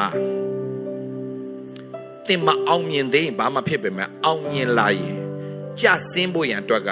24နိုင်စာတန်ကထိုးနှက်ဖို့အပေါက်လမ်းပေါက်မြောက်များစွာနဲ့တင်ကိုချဖို့ပြင်ဆင်ထားပြီးသား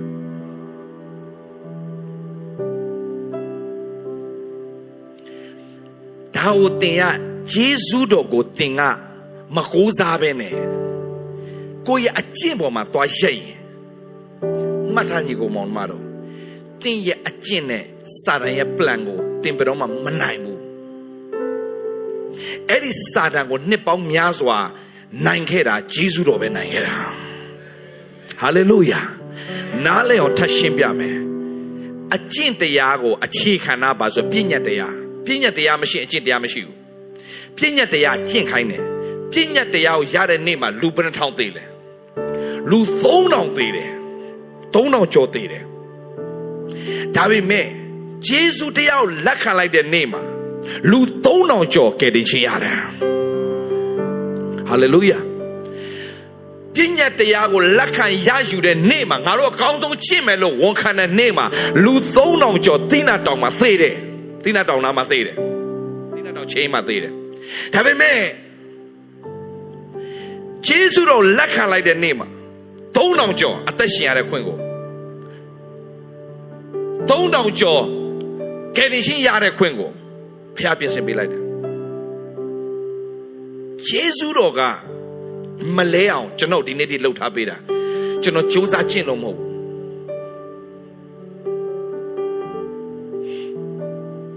ကျွန်တော်တိုက်ခိုက်တဲ့သူတွေအများကြီးကျွန်တော်ဝေဖန်တဲ့သူတွေအများကြီးကျွန်တော်ကြောက်တွန်းချင်လို့အမျိုးစုံလုပ်တဲ့သူတွေအများကြီးရှိတယ်ဒါပေမဲ့ဒီနေ့ဒီမဆာနာဂျေဇုတော်ဆက်ပြီးတော့မဆာအောင်မလဲဂျေဇုတော်ကျွန်တော်စက္ကန့်တိုင်းလို့ကျွန်တော်ပြောရင်မကြခင်ကျွန်တော်ကြားလိုက်မယ်ကျွန်တော်အစာရှောင်ပြီးတော့ဆူတောင်းနိုင်လို့ဆိုကျွန်တော်ကြာသွားလိမ့်မယ်အဲ့လိုပြောလို့အစာမရှောင်လို့ကျွန်တော်မပြောဘူးဝိညာဉ်တိုက်ပွဲကြီးတစ်ခုအတွက်သင်အစာရှောင်ရတယ်သင်ဘဝအောင်မြင်ဖို့သင်အစာရှောင်စရာမလိုဘူးဂျေဇုတော်နားလည်သင်ဘဝအောင်မြင်တယ်သင်ရဲ့လုပ်ငန်းအောင်မြင်ခြင်းဂျေဇုတော်နားလည်သင်အောင်မြင်တယ်โอเคဒီမှာနားလည်အောင်ပြောပြမယ်လူတစ်ယောက်ကစီးပွားရေးလုပ်တယ်အကြီးကျယ်ရှုံးသွားတယ်ရှုံးတယ်မှာကျွန်တော်လာပြပြောဆရာကျွန်တော်စီးပွားရေးရှုံးသွားပြီဆရာဒီလောက်စက္ကန့်တန်းနဲ့ဆရာဘာသူမင်းပြပြောဟုတ်တယ်ဆရာကျွန်တော်စီးပွားရေးကိုရှုံးပြီပြန်ပြောဘာသူစီးပွားကျွန်တော်စီးပွားရေးကိုရှုံးပြီဆရာအဲ့ဒါကြောင့်မင်းရှုံးတာလို့မင်းလုပ်ငန်းတွေအားလုံးကမင်းပိုင်တယ်လို့ခံယူထားလို့မင်းရှုံးတာဒါမင်းကိစ္စမင်းတာဝန်ယူမင်းရဲ့စီးပွားရေးအားလုံးကဖျားပိုင်တယ်လို့သင်ခံယူထားရင်ဖျားပိုင်တဲ့ဟောဖျားတာဝန်ယူသွားလိမ့်မယ်ကိုကမန်နေဂျာနေရာမှာနေပိုင်ရှင်သူ့ကိုနှထားဘယ်တော့မှဆုံးရှုံးဘူးကိုယ့်ရဲ့လုပ်ငန်းလို့သဘောထားကိုရှုံးတယ်ဘာလို့ကိုယ့်လုပ်ငန်းကိုတာဝန်ယူရလိမ့်မယ်သူ့လုပ်ငန်းသူတာဝန်ယူလိမ့်မယ်ပါနှပ်ဖို့အရေးကြီးတယ်ဝิญญาณမှာသူ့လုပ်ငန်းသူတာဝန်ယူပါစေကိုယ့်ရဲ့လုပ်ကိုလုပ်ပါကိုကပါလေမန်နေဂျာကိုကပါလေ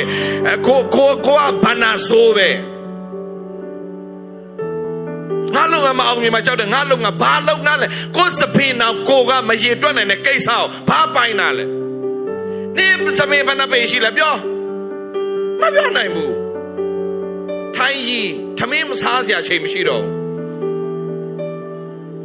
ရီလို့တော့ရတယ်ဘယ်နှပေကျွတ်သွားလဲအဲ့တော့နေ့တိုင်းမကြည့်နိုင်ဘူး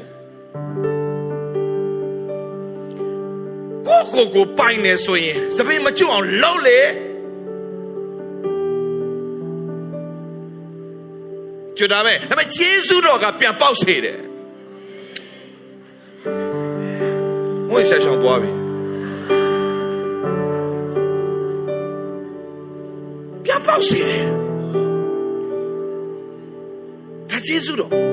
ကျွတ်သွားတာတော့တဘာဝပြန်ပေါက်စေတာပါလေဂျေဇုတော်အဲ့ဒါ supernatural လို့ခေါ်သွားပြီyeah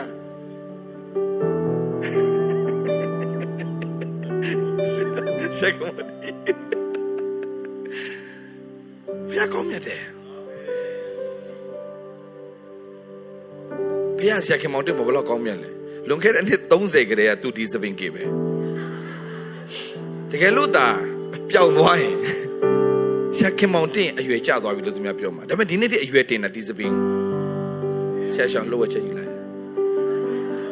ဒီလိုပြောဘာလို့လောက်တာလဲဆိုဘုရားခင်ဒီငါတို့အကျင့်တော်ချင်းကိုမထောက်ဘူးအဲ့လိုပြောလို့မင်းလှုပ်ချင်တော့လှုပ်လို့ပြောတာမဟုတ်ဘူးတကယ်ဂျေဇုတော်နားလဲတဲ့သူကလှုပ်ချင်တိုင်းမလှုပ်တော့ကိုတမိုးထားတယ်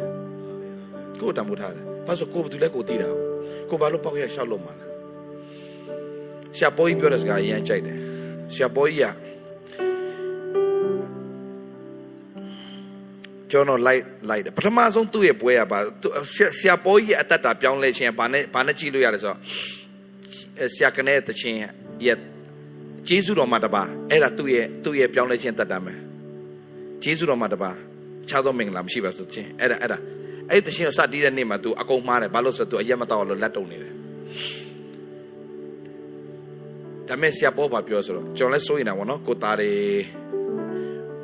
ပြန်လဲမှာစိုးရင်တော့အမြဲတမ်းတို့အားပေးခွန်အားပေးဆရာပေါ်ပါပြောဆိုဆရာရဲ့တဲ့ ဘောင်းမီအဖြူအင်ကြီးအဖြူဝတ်ထားပြီးမှတော့ကျွန်တော်ရေနံကြီးမှာတော့ပြမထိုင်တော့ပါဘူးတေးရစရာလုံးမပြောကောင်းတာဒါမဲ့တကယ်ဒီဇိုင်းမှာသူတက်လာပါတယ်ဒီနေ့ကျွန်တော်အားကိုးရတဲ့သားထဲမှာပါတယ်ဒီနေ့အတင်းတော်ဘန်ကောက်တင်းတော်မှာ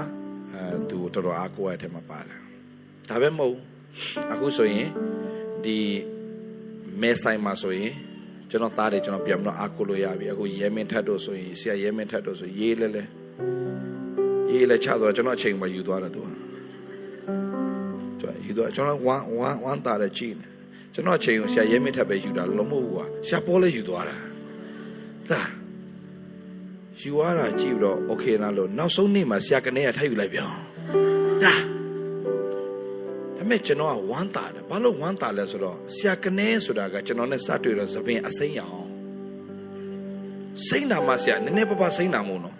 စိမ်းဆိုးနေပြီးတော့သပင်လေးကစိမ်းပြီးတော့တက်နေတာအဲ့ချိန်တော့သူ့ရဲ့တခြင်းတစ်ပေါ်ကလည်းပေါက်နေချိန်ကျွန်တော်ချစ်တဲ့သူမှချစ်သူရှိတယ်အဲ့တခြင်းလေးပေါက်တာဆိုတာကောင်းရေးတာသူတိတ်မကြောက်အဲ့တခြင်းတိုင်းပဲအဲ့နှစ်ယောက်လုံးဖြစ်တာနှစ်ယောက်လုံးကောင်းရောကနေရောမဲ့အဲ့ဒီအခုတော့မိမနဲ့ရောက်ကုန်ပါပြီမရှိတော့ပါဘူးအဲ့နှစ်ယောက်ပဲလားဆိုမဟုတ်ဘူးညီကောင်မောင်လားကျွန်တော်ပြောမလို့အဲ့တုန်းကဆိုရင်ဘသူပါရှိလဲဆိုဆရာပိစီဆိုရင် तू ကဆရာပိစီတခြင်းပါကျွန်ုပ်ဤဖြစ်ခြင်းကျွန်ုပ်ဒီဖျားဤတွင်နဲ့ဖိုးခါပေး၍ခံသူတို့ကတကယ်တော့စပြောင်းလဲဖို့ဖြစ်တာ2012ကျွန်တော်ရဲ့တရားဟောပွဲ2013ဒီမြို့သားဇက်ယုံမှာသူတို့လာတော့စက်ကတာခေါင်းစိမ့်လေးနဲ့ဆရာကနေခေါင်းစိမ့်နဲ့ဆရာပိစီယာ तू ကမိဘမဲ့လို့နေခဲ့ရတယ်သူ့အဖေကသေတဲ့နေ့မှာဟလာ对嘞，那里，这ပုံစံ那စိန်ဆိုးနေတယ်လားကျွန်တော်ဟိုကနေပါသွားတယ်ဗာလဲဟိုစားလေးစက်တူရွေးတကောင်ရှိတယ်အဲ့လိုထားနေလာတာမကျေးဇူးတော်ပဲအခုတကယ်ကိုပဲဒီတရားဟောပွဲတွေမှာကျွန်တော်ဖျားခင်သွားခိုင်းပြီးတဲ့နောက်ပိုင်းလွတ်မြောက်သွားတဲ့သူတွေကအခုမှုတော်ဆောင်တွေဖြစ်နေဆရာပိစစ်ဆိုဒီကျွန်ုပ်ဒီဖျားရီသွေးနဲ့ဖိုးခါပေးရွေခံသူဆိုမှထွက်လာခင်မှာဒီ73မှာကျွန်တော်တရားဟောပွဲမှာသူလွတ်မြောက်သွားတာဆိုသူ့အဖေကမင်းဖေကိုတွေ့ပြီမွေးတဲ့သူမတွေ့မင်းဖေကိုတွေ့ပြီဆိုတော့တွတ်ဘယ်မှာလဲဆိုတော့ရင်ခွဲယုံမှာရင်ခဲတိုင်းမှာသူ့ဖေကအသေးနဲ့ပဲတွေ့ရတယ်ဒါပထမဆုံးတွေ့တာနောက်ဆုံးတွေ့ချင်းဖြစ်တယ်ဆိုတော့သူ့ကိုသူအမြဲတမ်းတိမ်ငယ်ခဲ့ရတဲ့ဘဝဒါပေမဲ့အဲ့တရားဟောချက်မှာသူအဲ့တရားဟောပွဲမှာဘာလွတ်မြောက်သွားဆိုငါဘာကြောင့်သိကောင်းနော်ငါဘာကြောင့်ငါကောင်ကအားငယ်နေရမှာလဲငါဘာမှဖျားရှိတယ်ဆိုတော့ဟာနေသချင်းတစ်ပုတ်ထွက်လာတော့ကျွန်ုပ်ဒီဖျားဤသွေးနဲ့ဖိုးခါပေး၍ခံသူကျွန်ုပ်ဒီဖြောင်းပါခြင်းနဲ့မွေခံသူဆိုချင်းရှင်းနေထွက်လာဒီ mindset တွေကသူတို့ရဲ့ life တွေအများကြီးပြောင်းသွားစေပြီဒီ mindset တွေဒီအတွေးခေါ်တွေကလူကိုအရှမ်းပြောင်းလဲစေဒါကြောင့်ကျွန်တော်ဒီနေ့နားလည်စေချင်တာငါတို့ရဲ့အကျင့်ကြောင့်ငါတို့ဖခင်ကောင်းကြီးပေးတာမဟုတ်ဘဲနဲ့ငါတို့ကဘယ်မှာရှိလဲဆိုယေရှုအထဲမှာရှိနေခြင်းကြောင့်ဟယ်လိုအသင်းတော်ဆိုတာအဆောက်အအုံမဟုတ်ဘူးအသင်းတော်ဆိုတာခရစ်တော်ရဲ့ကိုယ်ခန္ဓာဆိုတာဘယ်သူနဲ့ဆက်ထားလဲဥကောင်းတည်းဆိုခရစ်တော်နဲ့ဆက်ထားတော့ကြောင့်ခရစ်တော်ရဲ့မင်္ဂလာအားလုံးတို့ထဲကိုစီးဆင်းရတဲ့ခွင့်ကိုဖခင်ပြင်ဆင်ထားပေးတာဟာလေလုယာအဲ့ဒီနဲ့စီးဆင်းလာတဲ့မင်္ဂလာတွေအားလုံးခံစားတဲ့အခွင့်ကိုငါတို့ရတယ်ယေရှုကြောင့်မင်္ဂလာအားလုံးခံတဲ့အခွင့်ကိုဘုရားရှင်ပြင်ဆင်ပေးလိုက်ပြီအာမင်ဒါပေမဲ့တစ်ခုရှိတယ်ဒါလေးနဲ့ကျွန်တော်ပြောပြချင်တယ်ကျွန်တော်တက်တာထဲမှာဘာအရေးကြီးဆုံးလဲဆိုတော့မာသဲခန်းကြီး7ငယ်7မှာဟာလေမှာကျွန်တော်တို့ကကိုယ့်ရဲ့ရပိုင်ခွင့်ကိုကိုကယူတတ်မယူအောင်ဗျလူယူတတ်ရတယ်ဗတ္တိဇံဆရာယောဟန်လက်ထက်မှာစာယခုတိုင်ကောင်းကင်နိုင်ငံတော်အနိုင်ထပ်ပြုသောသူတို့သည်လူယူဝင်စားကြတဲ့ပြပါလား From the day of the John the Baptist until now the kingdom of heaven suffers violence and the violent take it by force အတိတ်ပဲပါလဲဆိုတော့ဖယားသခင် ပြင်ဆင်ထားဥမာဗျလူတယောက်ကကင်ဆာယောဂဖြစ်ပြီကင်ဆာယောဂဖြစ်ပြီဘုရားခင်ဘာလို့တောက်လို့ဖြစ်စီသမီး no ကျွန်တော်ကြောင်းသားတွေကြောင့်အမြဲတမ်းပြောစကားရှိတယ် why me ဆိုတဲ့စကားမပြောတော့နဲ့ try me why me no try me I can do all things through Christ who strengthen me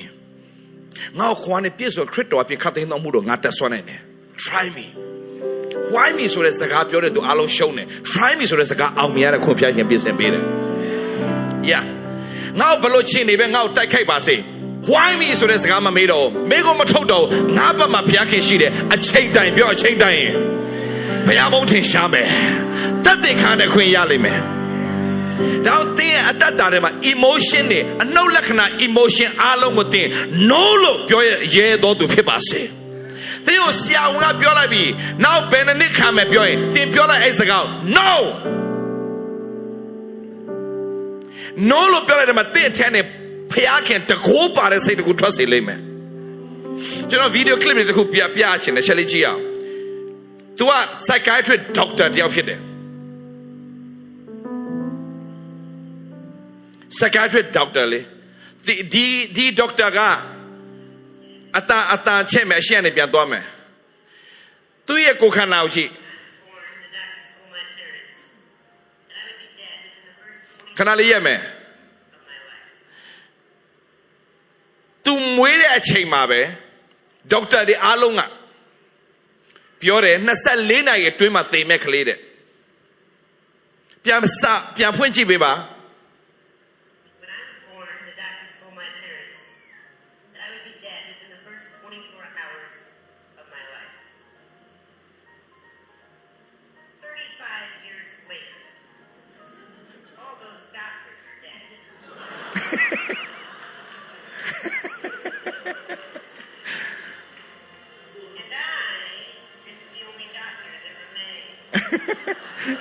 ငါဒေါက်တာတယောက်ပဲပြန်ချန်ခဲ့တယ်ပြန်တော့ကြည့်အောင်အဲ့ဒါလေးပြန်ကြည့်ချင်သူပြောတဲ့စကားโอเคအစနဲ့ပြန်သွားပြီ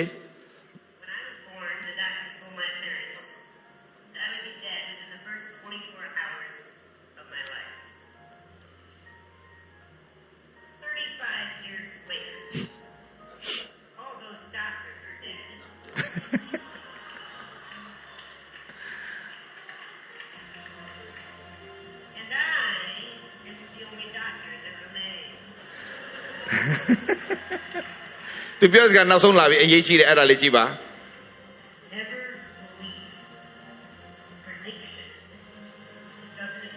ခဏလေးရမယ်သင်ကိုပြောတဲ့စကားတွေကသင်အတွက်ခွန်အားမဖြစ်စေဘူးဆိုရင်မယုံတဲ့စကားတိုင်းအဲ့စကားလေးမှထားပဲပြန်မလို့အနောက်ကိုပြန်ကြည့်ပေးပါဦးရပြန်ကြည့်အဲ့စကားရေးအတန်နဲ့ချက်ပါသားNever believe a prediction that doesn't empower you. When I was born, the doctors told my parents that I would be dead within the first 24 hours of my life. 35 years later, all those doctors are dead.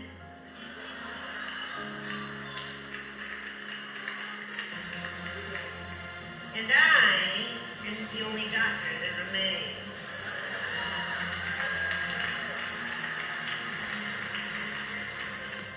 Never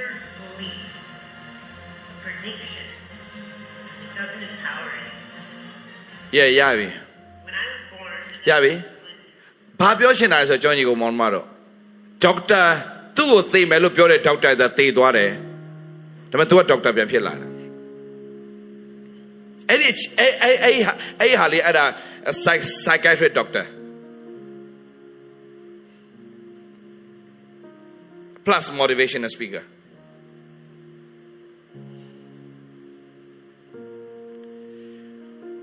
နောက်သူ့ကြောင့်ပြန်ဖတ်တဲ့အခါမှာဘာတွေ့လဲဆိုတော့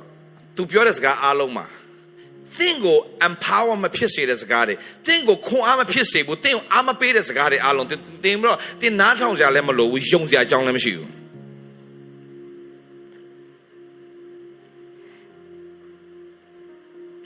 Negative တမားက negative ပြောမှာပဲအနှုတ်လက္ခဏာပြင်းနေတဲ့အဖွဲအနှုတ်လက္ခဏာပြောမှာပဲဒါပေမဲ့ကျွန်တော်အရင်ကြိုက်တာရှိတယ်ဆရာကိုမကောင်းတဲ့သူတွေပါဆရာဘာသူလဲမဟုတ်နဲ့ဟိမင်းသူဆိုတာဒါဥစားဟိုတားလေဟိမင်းသူကလာပြီးဆရာဒီလိုဖြစ်တယ်ဘယ်လိုလဲပြောတော့ငါသားလို့ခုပြောပြမယ်လို့ဥပမာလေးခုပြောပြတယ်ငါသားအမေရိကမှာကယ်ဆယ်ရေးသမားတယောက်ကိုတွေ့ခဲ့တယ်သားလို့အဲ့ကယ်ဆယ်ရေးသမားကရေထဲမှာမျောပြီးတော့မှနောက်ဆုံးဟိုကြားတော့မယ်ခွေးလေးတကောင်သွားကဲတယ်တဆွဆံပြကဲရတယ်ရေရှည်ရပြင်းနေပြီထပ်ပြီးတော့သွားရင်သူဟိုရေတကောင်အောက်ကိုကျတော့သေတော့မယ်အဲ့ခွေးလေးအဲ့တော့သူရအောင်သွားကဲတဲ့အခါမှာအဲ့ဒီခွေးကသူ့ကိုပြန်ကြိုက်တယ်ပြန်ကြိုက်တာကိုကြိုက်တဲ့နေရာကိုအဝတ်နဲ့လက်ကိုတေချာပတ်ပြီးတော့မှအကြိုက်ခံပြီးတော့အဲ့ဒီခွေးကိုတဲလာကဲတင်ပလိုက်တယ်ကဲလဲတော့ကုန်းပေါ်ရောက်တော့သူများသူ့ကိုမေးတယ်ကြိုက်တဲ့ခွေးကိုခင်ဗျာလွတ်လိုက်ပါလားဘာလို့ကဲသေးတာလဲသူ့ရဲ့တဘာဝကကြိုက်မယ်လေငါတဘာဝကဲမယ်လေငါကကဲတင်တဲ့သူသူကကြိုက်တဲ့သူကြိုက်လို့ငါမကယ်ဘူးဆိုရင်ငါကကယ်တင်တဲ့သူဖြစ်လာမှာမဟုတ်ဘူးတင်းရဲ့ဖြစ်ချင်းအမှန်ကသူများကြောင့်မပြည့်စည်သွားပါစေနဲ့တင်းရဲ့ဖြစ်ချင်းအမှန်ကိုတင်ရအောင်ဖော်ထုတ်ပါတင်းကကယ်တင်တဲ့သူဆိုရင် no matter what ဘယ်လိုချင်းနေပဲဖြစ်တင်းကယ်တင်မကောင်းတဲ့လူကမကောင်းတာပြောနေပါစေအဲ့ဒီမကောင်းတဲ့လူပေါ်မှာကောင်းဖို့ကတင်းရဲ့တာဝန်ဖြစ်တယ်ဘာဖြစ်လို့တင်းကကောင်းမြတ်ချင်းကတင်းထဲမှာရှိနေလို့ကောင်းလို့ဖခင်လာဆင်းကြတာမဟုတ်မကောင်းတဲ့သူတွေအားလုံးဖခင်လာဆင်းကြတာဘာဖြစ်လို့လဲကျွန်တော်တို့လက်ခံတာလည်းမရှိဘူးလူတွေအားလုံးမလက်ခံတဲ့ပြင်ယေရှုတော်မှာကားတယ်ကိုတင်တပ်ပေမဲ့သူကလုပ်ခဲ့တဲ့အရာတစ်ခုပဲရှိတယ် no matter what I am a savior ငါကကယ်တင်ရှင်ဖြစ်လို့ကြောင့်ငါကယ်တင်တယ်သူများကြောင့်တင်းရဲ့ဖြစ်ချင်းမပြတ်စည်းသွားပါစေနဲ့တော့ကျွန်တော်အားပေးရှင်တာကျွန်တော်ညီကိုမောင်မတွေခုနကကျွန်တော်ပြောတဲ့စကားကိုယ့်ရဲ့အကျင့်ကြောင့်ကိုကရတာမဟုတ်ဘဲနဲ့ယေရှုကြောင့်ရတယ်ဆိုတာသိရင်မဿဲခန်းကြီး7ငယ်7ကိုပြန်သွားဖယားသခင်ယေရှုအပြင်ပြင်ဆင်ထားတဲ့မင်္ဂလာတွေအားလုံးကို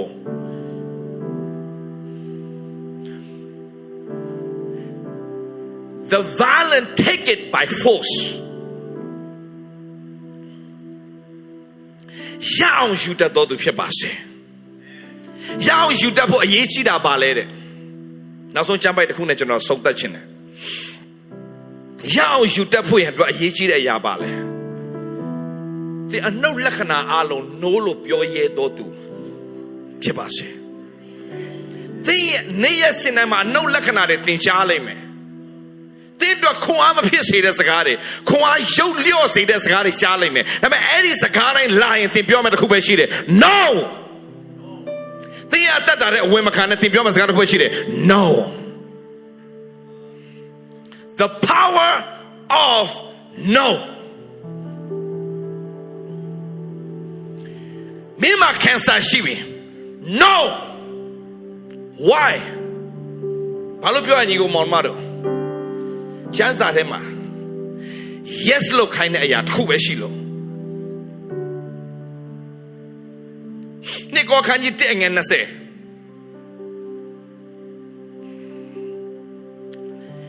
တရားဖယား yes လို့ခိုင်းတဲ့ဟာတော့ yes မလုပ်ဘူးဖယား no လို့ခိုင်းတဲ့ဟာကိုသင် yes တော့လုပ်လို့သင်ခံနေရတာအဲ့ထဲမှာဒီ generation မှာပါစေနဲ့ဘယ်နှမှာရှိတယ်ပြောလိုက်ပါလက်ဆွဲနှုတ်ဆက်ပြီးအဲ့ထဲမှာသင်မပါဘူးလို့ပြောလိုက်ပါအာမင်အာမင်အာမင်သင်ဟာနှုတ်ကပတ်တော်ကိုပဲ yes လို့တတ်တော်သူဖြစ်ရမယ် hallelujah ဖယားမပြောတဲ့စကားကိုသင် yes သွားလို့ရင်အေဒင်ဥယျာဉ်ထဲကမင်္ဂလာဆုံးရှုံးတဲ့သူသင်ဆုံးရှုံးလိမ့်မယ် ထိုသခင်မှာအင်္ဂလိပ်လိုပဲကျွန်တော်ဖတ်ရှင်တယ်ဗမာလိုကနည်းနည်းရှုပ်တယ်ကျွန်တော်တို့အဲ့လိုပြောလို့ကြီးကျယ်သွားလို့မထင်နဲ့ဒါပေမဲ့တစ်ခါတလေမှာဗမာစကားလေးနဲ့လုံးအားကြီးတော့မပြန်နိုင်ဘူးကျွန်တော်အင်္ဂလိပ်လိုနည်းပြန်နိုင်တယ်မြန်မာလိုကတော်တော်လေးနဲ့တယ်ဘာဆိုဆရာကြီးယူရတာတော်တယ် for all the promises of God in him are yes. See here. You have to say yes. You have to say yes to all the promises of God. ဒီလိုတော့ဖခင်ရဲ့ဂတိတော်တွေအားလုံးကိုဘာလို့မလဲ Yes လို့လောကထဲမှာယေရှုခရစ်တော်တန်ရှာပြငါနာကပြောက်ပြီလို့ပြောရင်ဘာလို့မလဲ Yes ဟာမင်းမဟိုမင်းဖခင်ယောဂပါလာတယ် No မင်းအစာအရာတော့မကောင်းတော့ပြောတယ် No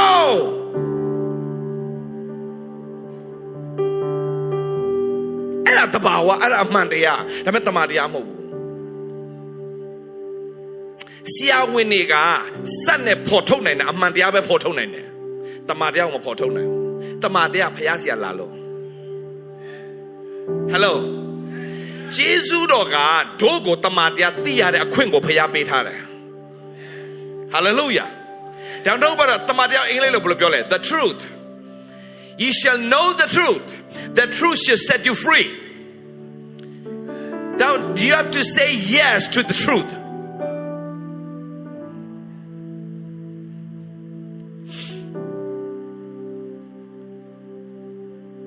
Don't say yes to what is right. Right go to look at them, true go look at them.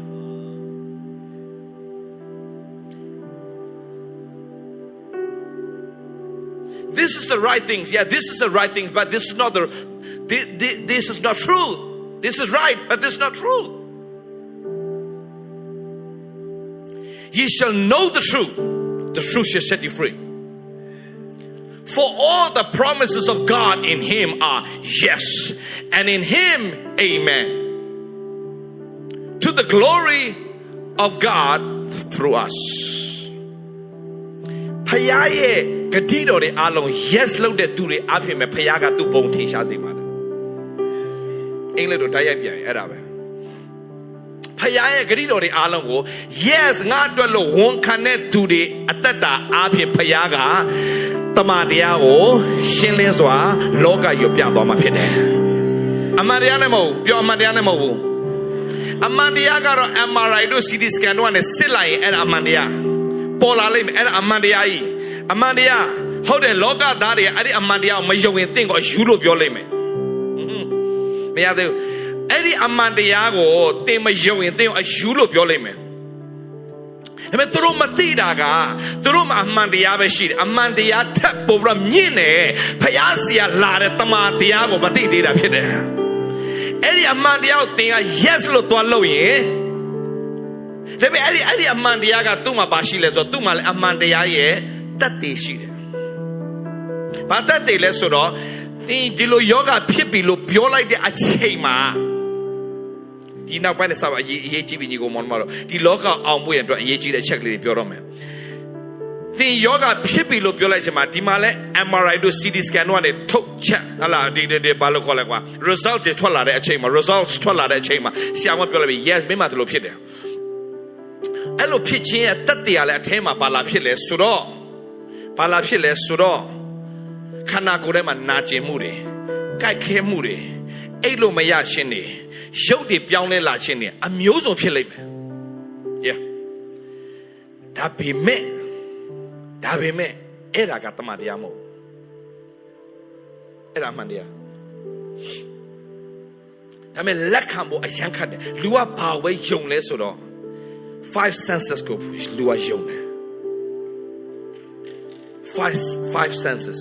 ဘာရှိလဲအထိအတွေ့အမြင်အနတ်အကြာဒါတွေနဲ့ကျွန်တော်တို့ဘာဖြစ်လဲဆိုတော့ကျွန်တော်တို့အဲ့ဒါပိုယုံတဲ့တဘာဝရှိတယ်ဒါကြောင့်နှုတ်ကပတ်တော်ကဘာထပ်ပြောလဲဆိုတော့ကျွန်တော်နှုတ်ပတ်တော်မသိလို့မရအောင်ကြီးကိုမောင်နောက်ဆုံးတစ်ချက်ပေါ့နောက်ဆုံးချက်နောက်မှလာမယ်နောက်ဆုံးတစ်ချက်ရဲ့ရှေ့တစ်ချက် นี่ก็ขันยี่เลี้ยงไงสักคนเนี่ยขนาดเลยมีอะไรตัวมันยากจริงๆรู้ป่ะพี่โอเคจนเต็มจ่าเราจนที่มีสารจนกูได้นั่นดิมันเต็มหัวบ้ามันสาระดีนะสาระดีแต่ไม่ที่แกยากจริงๆจนอยู่กับมันมาเจ้าเสียมาเขาเดี๋ยวจนพลายเจ้าเดี๋ยวบ้าsoโน้เสียชีดาวโน้มาลูกเด็กเขามาเจ้าเสียเดี๋ยวพอแล้วเจ้ามันก็มีมองในที่ชาตัวอย่างฮัลโหลมีมองในที่ชาตัวอย่างสบายแล้วคุณมีเนี่ยอย่างอารมณ์บ้าเลยขนาดเปียวมาทิ้งชาตัวอย่างรู้บ้าเลยอาศัยไม่ดีอย่างเราดีเท่าเลยทิ้งชาตัวอย่างแต่เราจะนรู้โฟกัสอะไรอย่างยี่เจริญยิ่งกว่ามันมาดูแต่มาทิ้งชาตัวอย่างมาทิ้งชาตัวอย่างมาจีมาแบบมาทิ้งชาตัวอย่างสบายเลยมาทิ้งชาตัวอย่างสบายเลยมาทิ้งชาตัวอย่างสบายเลยจนเชี่ยไม่เปลี่ยนเนาะมาทิ้งชาตัวอย่างสบายมาทิ้งชาตัวอย่างมีในนาการยุติชินโลกเลย faith can see faith can see faith can see the unseen things ယုံကြည်ခြင်းကမမြင်နိုင်တဲ့အရာကိုမြင်တတ်တယ်ယုံကြည်ခြင်းကမမြင်နိုင်ဘူးဆိုတဲ့အရာတွေမြင်တတ်တယ်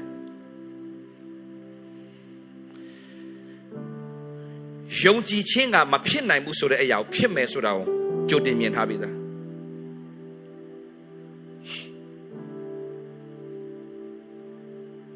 ဆိုတော့ဒီကုမန်လိုက်ခုပြောပြမယ်မျက်မှောက်နဲ့ထင်ရှားသောအရာတို့ခဏပဲတည်ပြီးမထင်ရှားသောအရာအချိန်မဲ့ငါတို့ဒီထားရဲ့ထင်ရှားသောအရာကိုမကြည့်မမှတ်ပဲမထင်ရှားသောအရာကိုတင်ရရုပ်ကိုကြည့်ရင်ရုပ်ကတဖြည်းဖြည်းနဲ့ပိန်လာတဲ့ဆိုပါဆိုယောဂဖြစ်လာတဲ့ဆိုပါဆိုဟိုပြောဒီပြောတဲ့ဆိုပါဆိုမကျွန်တော်မိတ်ဆွေတယောက်ဆိုရင်ကြောက်တယ်ဗျာကြောက်တယ်ဆိုကိုကိုတတ်သိချင်လောက်ထင်နာတယ်ဒီစီလမ်းမှာကြောက်တယ်သိလိုက်တာပိုကောင်းတယ်အယမ်းနာခြင်းတယ်ရှောင်းတော့ပြတဲ့ခါမှာရှောင်းပါအယမ်းကြီးလွန်းတဲ့ကြောင့်အယမ်းကြီးနေပြီဒါပေမဲ့ခွဲလို့မရဘူးဒါပေမဲ့တဖြည်းဖြည်းနဲ့ तू က pass ဖြစ်အောင်ပဲလုပ်လို့ရမယ်တဖြည်းဖြည်းဆိုတော့ तू မခံနိုင်တော့အဲ့နဲ့ဆေးဝါးနဲ့ तू ဘာလုပ်လဲ forget it तू ပြန်လာတော့ तू ဘာလုပ်လဲဆိုတော့ तू ဘာမှမလုပ်တော့ तू ဝิญဉ်ထဲကနေအရေးကြီးသွားပြီ तू များပြောတိုင်းတော့တင်ဝิญဉ်ရမှာတော့လုပ်လို့မရအောင်တင်ဖျားနဲ့ကိုယ်တိုင်ရင်းဒီဖို့တိဆောက်ရတော့လားတိဆောက်ရင်3ရက်ကြာတဲ့ခါမှာသူ့ဘာသူထွက်သွားတာ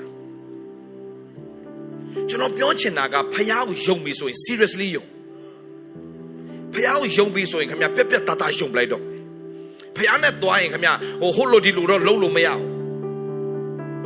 ဖျားနဲ့ပြက်ရက်တည်တတ်ဖို့အရင်ကြီးတယ်အခုနပြောတဲ့စကားပြန်ကြည့်မဿဲခန်းကြီး7ငယ်7နှစ်မှာနိုင်ထက်လူယူဝင်စားတယ်ဖျားတခင်ပြင်ဆင်ထားတဲ့မင်္ဂလာကိုဒီတိုင်းတော့ထိုင်ကြည့်လို့မရဘူးဗျလူယူဝင်စားတယ်ဆိုတာက yes ဖျားနဲ့အားကြီးဖို့အရင်ရေးကြည့်တယ်ဖျားနဲ့ငါရအောင်ယူမယ်ဆိုတဲ့သူဖြစ်ဖို့အရေးကြီးတယ်ယာကုပ်ရဲ့မင်္ဂလာအဲ့ဒါပဲယာကုပ်ကောင်းကြီးမခံစားမခြင်းကိုတော့မလွတ်ဘူးဆိုတော့ဖတ်ထားတတ်တဲ့အရာ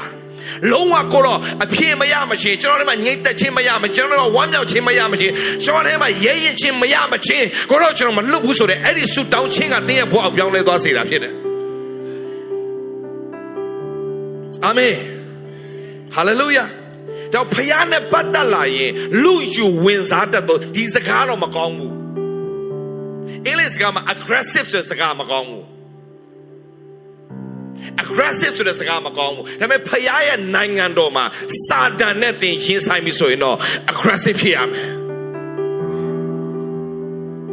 ပြက်ရက်တည်နိုင်ရမယ်အထူးဖြင့်ဗျာကျွန်တော်ပြောပြမယ်တော်ရုံတိုင်ရုံတော့ပြဿနာမရှိပေမဲ့တကယ်ကြီးမားတဲ့ယောဂဇိုးကြီးတွေလာရင်ပြက်ခင်ရရက်တော့တင်မဖြစ်ချင်တဲ့အခြေအနေတင်ရင်ဆိုင်ပြီဆိုရင်တော့တင်ပျော့သွားမလုံးနဲ့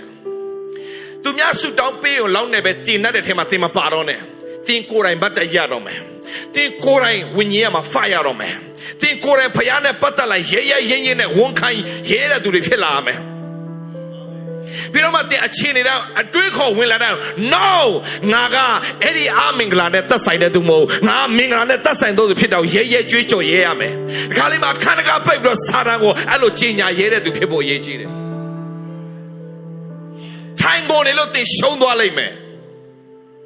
Nama balo the Diwapia and time beyond it, they shown Waleme. To marry Abemo time sound it, they shown Waleme. They knew loga tot Waleme. Payapias in Arab Minglao, they die you Arabia. Canabi Soraga did I wear a mo, Canabi die you ara. Canabi that when all of them pida mo, Canabi Jama, Yandua Pumiara. And no lacanare when I no low thing, need I treat your yet to Pebasi.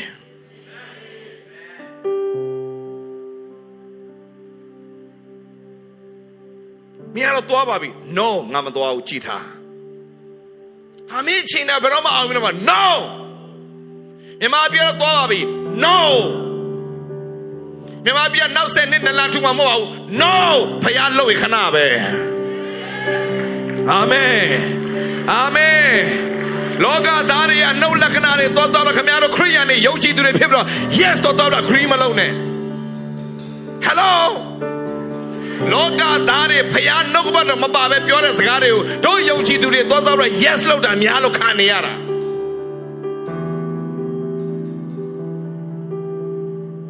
The Mandiana, Maniri, Amandiari, Lapura, Amaro Amandia, yes, Dolone, the Kayalime, Timmy Dasu Kayalime. Don't agree with them, say no to them. Mimabia Beroma Piacola Mama would no. No. Mi Beroma Dibuachini, young Mamo, no. Me Beroma Siboy the Mapila Mamobu, me a Pama Lematego, no, me cheetah.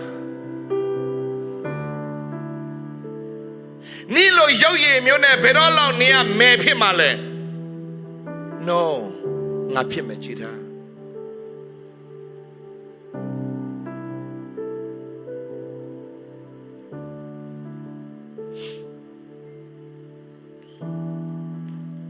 The Tatema. Saranye, and no Lacanazagario, the Belauti, Shoni Umala. Belauti loved at the boat to be Umala. They opion and no Lacanari along the no lopias and in Sabro. But Pina was a yard, I call no lopiasa. A chini alone no lopiasa. Papelole, Paya Mingala, didn't appear in Habidali. Chorachamba, I'm in a pelo yard, I met Dinitra Toby. Mention of page in a yard, Kubashire. And no Lagnari Alobalo Yona. No. Say no. Pure no. Did I met Walime? Dilo yoga muaro no? Dilo yoga muaro. Ne shema lechi. But do count who lay.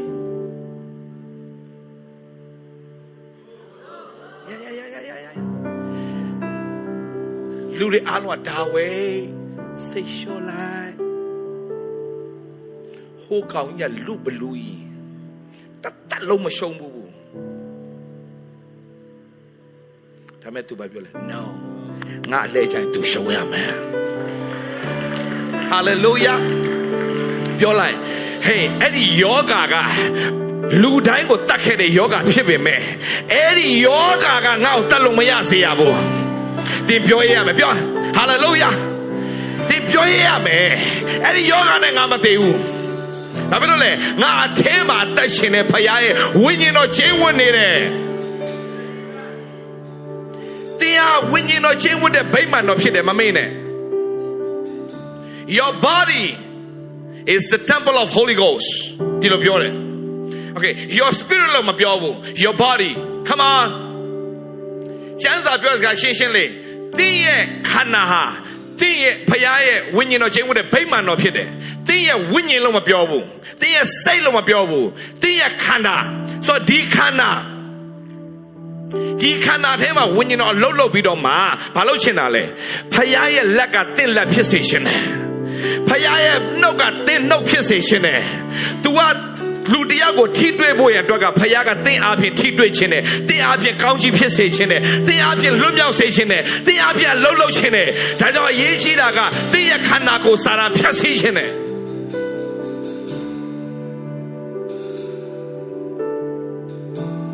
နောက်တစ်ခုပဲပြောမယ်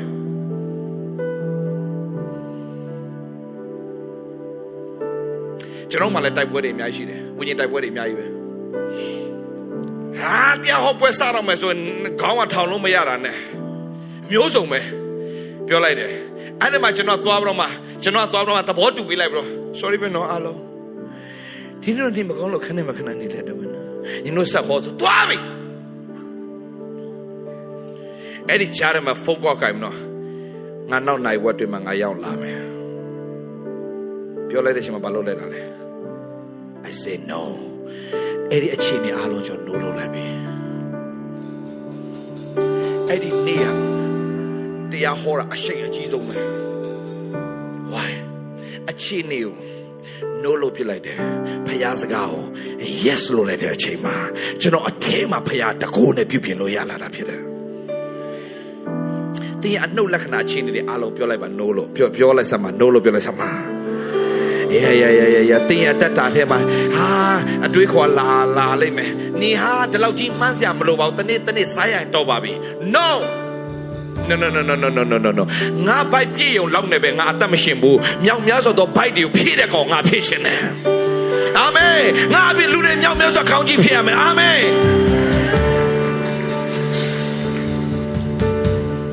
ကိုဘာသာဘိုက်ပြည့်လောက်နေပဲဂျင်းနဲ့တဲ့ဖွဲ့တွေအားလုံးပါလေအဲ့ဒါတကူကောင်းသမားတွေတချို့ရှိတယ်အောင်မြင်စရာမလိုပါဘူးဆရာအောင်မြင်ခြင်းတွေပဲဆွတ်ဆက်ပြောနေအောင်မြင်ခြင်းဆိုတာရဖို့လွယ်လားအဲ့ဒီအောင်မြင်ခြင်းရပြီးထိမ့်သိမ့်ဖို့လွယ်လားမလွယ်တဲ့အလုပ်ကိုကျွန်တော်လုပ်တယ်ကွာဘာဖြစ်လဲမအောင်မြင်ခြင်းကတော့လွယ်လေးဘာမှမလုပ်နဲ့ဘာမှအောင်မြင်ဘူးအောင်မြင်ခြင်းဆိုတာမအောင်မြင်ခင်မှာလဲအောင်မြင်ဖို့ကြိုးစားတယ်လို့အောင်မြင်ပြီးသွားရင်လည်းနေတိုင်းထိမ့်သိမ့်နေရတဲ့ဟာကြီးကပေါ်ပြီးတော့ပင်မနဲ့အဲ့ဒီဟာကိုကျွန်တော်ကြိုက်တယ် why အဲ့ဒါတန်ဖိုးရှိတယ်ပေါ့မနေဘူးပေါ့အသက်မရှင်ဘူးပေါ့မပြောဘူးနေတိုင်းပြင်ဆင်မှုတွေပြင်နေသက်ရှင်နေတယ် that's what I like it အဲ့ဒါကြောင့်အောင်မြင်စေချင်တာကြွားဖို့အောင်မြင်စေချင်တာမဟုတ်ဘူးသူများထက်ခေါင်းတစ်လုံးပို့ပြည့်စေချင်တာလည်းမဟုတ်ဘူးအောင်မြင်တဲ့သူအမြဲတမ်းသတိနဲ့နေတယ်ပေါင်းတဲ့သူမပေါင်းတဲ့သူရှောင်းနေပြောတဲ့စကားမပြောတဲ့စကားတွေရှိတယ်အချိန်ကိုရွေးနှုတ်တယ်ငါအချိန်မဖြုံးဘူးဘာဖြစ်လို့လဲငါရှေ့မှာဒီထက်တာလောက်ရမယ့်အရာတွေအများကြီးရှိသေးတယ်မအောင်မြင်ခြင်းမှုဆိုတဲ့တော့ငါပြင်းနေ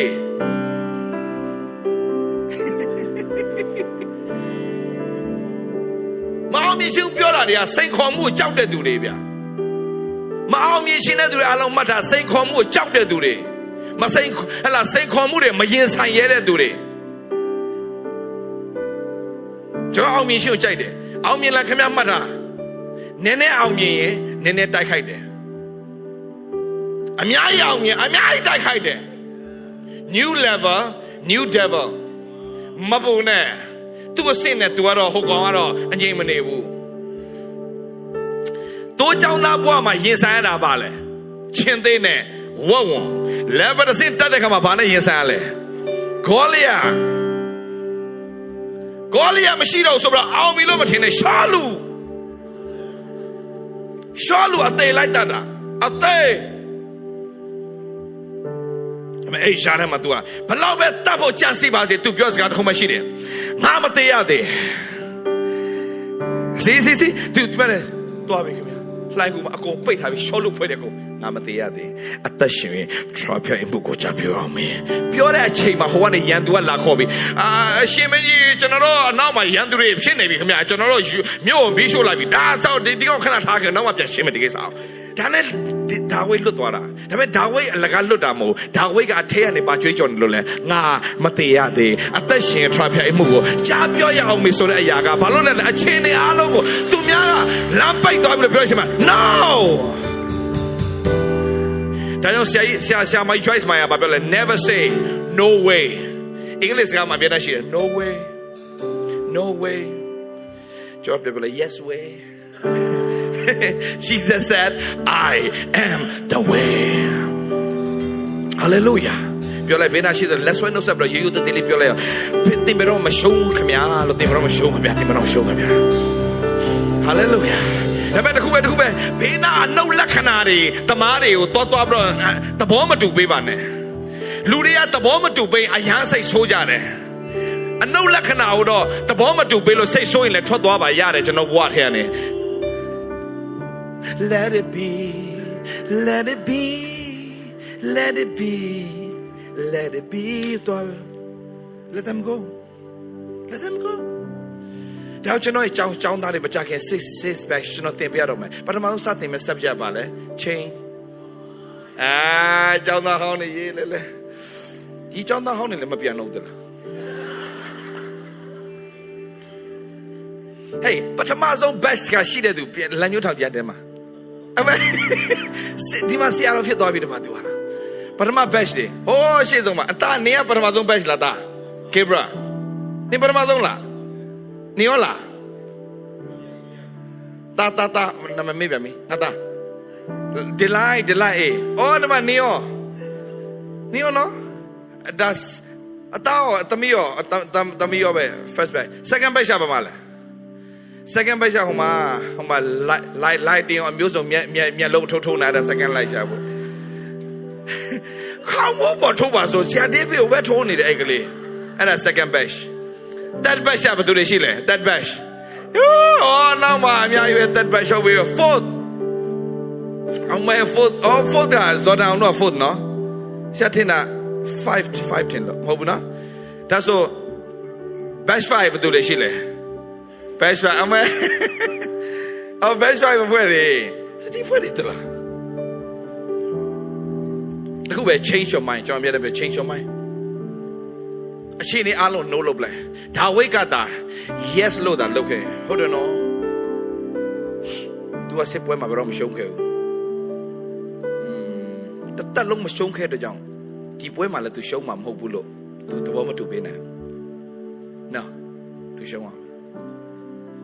ဘာလို့ तू ပြောနိုင်တာလဲ तू ပြောစကားတိတ်ကောင်းတယ်အရေးပြားမလှီးထားတဲ့လူကဘာလို့ငါတို့ချိန်ပါတာလဲစကားရရေးလည်းမိုက်တယ်ပြောချင်တဲ့စကားပါလဲသူ့ဘက်မှာဖျားပါတော့ဆို तू အရင်စိတ်ချတယ်တင်စိတ်ချလားတခါလေးစိတ်ချတခါလေးစိတ်မချဘူးအရင်ဆူတောင်းအားကြီးနေချိန်မှာတော့ဖျားကြတယ်တူရှိတာဆူမတောင်းတော့ဘယ်နဲ့ကိုရီးယားကားတွေပဲတစ်ပတ်လောက်လှိပ်ပိတ်ကြည့်ပြီးတဲ့အချိန်မှာစိတ်ထဲမှာပြောင်းသွားပြီငါနဲ့တူဖျားမရှိတော့လားမသိဘူး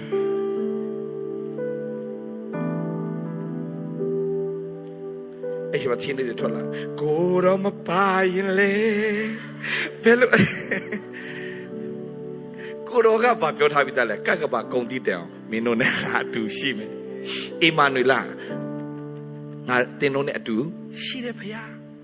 တင်တို့နဲ့ခဏလာလေမယ်ဖခင်လို့မပြောဘူး I'll come and visit you sometime လို့မပြောဘူး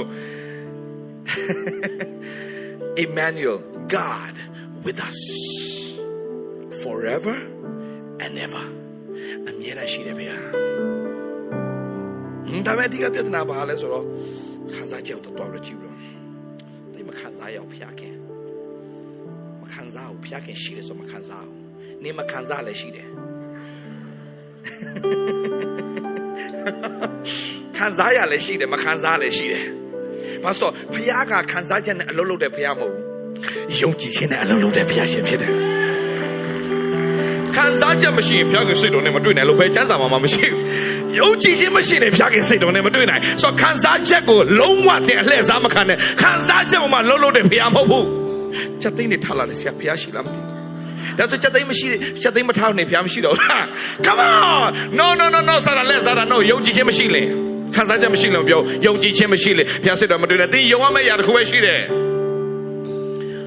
နေ့ရက်စင်တိုင်းမှာဖျားရဲ့စကားဘယ်တော့မှပြောင်းလဲဘူးအခုနပြောသွားတဲ့စာလံ33အငယ်7မှာကျွန်တော်ဖတ်သွားပြီပါပြောလဲဖယားရဲ့ကောင်းမြတ်ခြင်းတွေဖယားရဲ့ဒုမှာထားတဲ့အကြံစီကတားစင်မြေဆက်တိုင်အောင်တည်ရတဲ့အခွင့်ကိုဖျားခင်ပြင်ဆင်ထားပြီးသားဖျားရှင်နာမဘုန်းကြီးပါစေအာမင်ပြီးတော့နောက်ဆုံးတစ်ခုပြောပြမယ်ဖယားရဲ့ကောင်းကြီးမင်္ဂလာကဖယားရဲ့ကောင်းကြီးမင်္ဂလာဒီလိုသွားတဲ့ဖယားမဟုတ်ဘူး ဖခင်ရဲ့ကောင်းကြီးမင်္ဂလာဘယ်လိုသွားခြင်းလဲ glory to glory နှစ်ကောခန်းကြီး3ငယ်18နောက်မှဖတ်တော့မှတ်မိမှလည်းမဟုတ်ပါဘူးတော့ထားလိုက်ဆရာပြောတော့ဘယ်တော့လဲဘာလဲတစ်ကောလားနှစ်ကောလားဟဲ့4လား5လားအဲ့လိုဖြစ်လိမ့်မယ်3ငယ်18နောက်မှ3ငယ်18 so glory to glory ဘုံအတရီတိုးပွားတယ်ဘာမှလို့ဆိုတော့ဘုံအတရီတိုးပွားတယ်အင်္ဂလိပ်လို့ဆိုတော့ glory to glory just as by the Spirit of the Lord glory to glory ဘုံတော်ထပ်ဆင့်ပြီးတော့မှဖခင်ကတိုးပြီးတော့မှ holy to holy glory to glory miracles to miracles hallelujah တလှမ်းတဲ့ခွင့်ကိုဖခင်ပြင်ဆင်ထားပေးတာဒီနေ့ရတဲ့ကောင်းကြီးနဲ့နောက်နေ့ရတဲ့ကောင်းကြီးမတူစေရဘူးတာရမယ်ပြောတာရမယ်တိုးရမယ်အာမင်အင်္ဂလိပ်လိုပြောကြအောင် more yeah ဖခင်က more အမြဲတမ်းလုပ်နေတဲ့ဖခင်ရှင်ဖြစ်တယ်အမြဲတမ်းတိုးပွားတခုပဲဒီအနုလက္ခဏာတွေအားလုံးတင်အမြဲတမ်းပြောလိုက်ပါ no လို့ပြောတတ်တော်သူဖြစ်ပါစေဒါပေမဲ့တခုပဲရှိတယ်ဖခင်ရဲ့ဂရုတော်ကိုတော့အမြဲတမ်း yes လို့တော်သူဖြစ်ပါစေအဲ့လိုပြုမယ်ဆိုရင်သင်ဘဝရဲ့တတ်တာထူးခြားတော့မြင်တွေ့လိုက်မယ်လူတွေလည်းပြောလိုက်မယ်မောင်လေးရေညီမလေးရေဒီလိုမျိုးဆိုတာလေမလွယ်ဘူးနော်ဟိုကောင်ကတိချီလို့နေနော်ဒါဝိရေ你多里边变ကြောင်း你有俺们面前不我讲你有不是那土车来的俺们面前不吃路标了喏哎那这里他看路标了喏没路呀不喏ဒီလိုကိစ္စမျိုးဆိုတာမလုံးနဲ့喏你ထိုင်နေတာအကောင်喏ထားမကြိုးမှန်သိမယ်ရှောက်ပြောတော့ကိုကလည်း insecure တွေဖြစ်ပြီးတော့အော်ငါ့စေနာနဲ့ပြောတာပဲဟုတ်မှာပါ come on ဒီလိုစကားတွေအားလုံးနည်းနည်းရလိုက်မဆို hallelujah တနိုင်ကြော်လို့ခေါ်လိုက်တဲ့အချိန်မှာနည်းနည်းရလာပြီနောက်ခဏနေ yes ပြန်လို့သွားပြီအဲ့ဒါနောက်တစ်ပတ်ပြန်လာခဲ့စัจ ကြီးကမောင်အားလုံးပြောပြချင်တယ်အရင်ကြီးတယ်လောကမှာ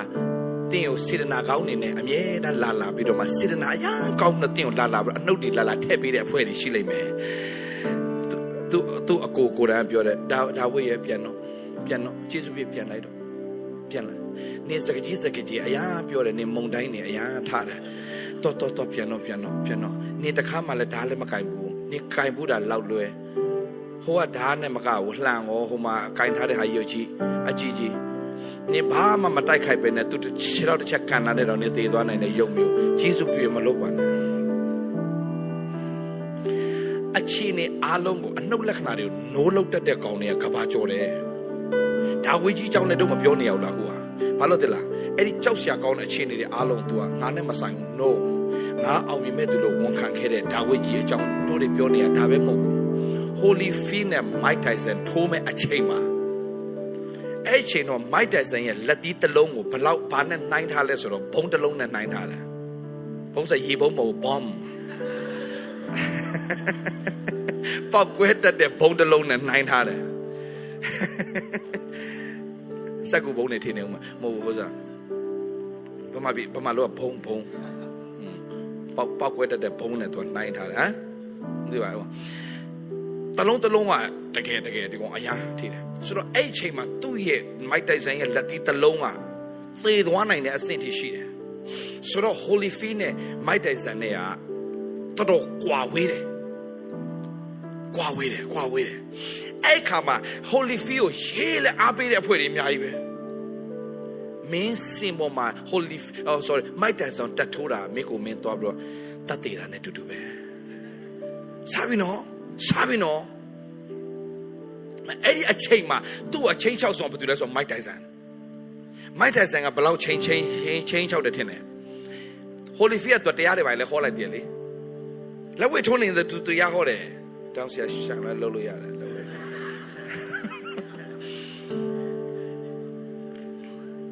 သူကလက်ဝဲထိုးလိုက်ခါလေးသူကဖခင်เจ้าမှာတော့ hallelujah praise the Lord လုပ်လိုက်ဆိုတော့မိုက်တယ်ဆန်ကြည့်မရဘူးသူအဲ့ဒါမိုက်တယ်ဆန်ဘာပြောဆိုမင်းဖခင်ဟိုတဲ့သူလာပြီနော်မင်းဖခင်ဟိုတိချာဆူတောင်းလို့မငါ့ကိုလာထိုးတဲ့ဟာဟိုဘက်ကကောင်လည်း confident ပြည့်နော်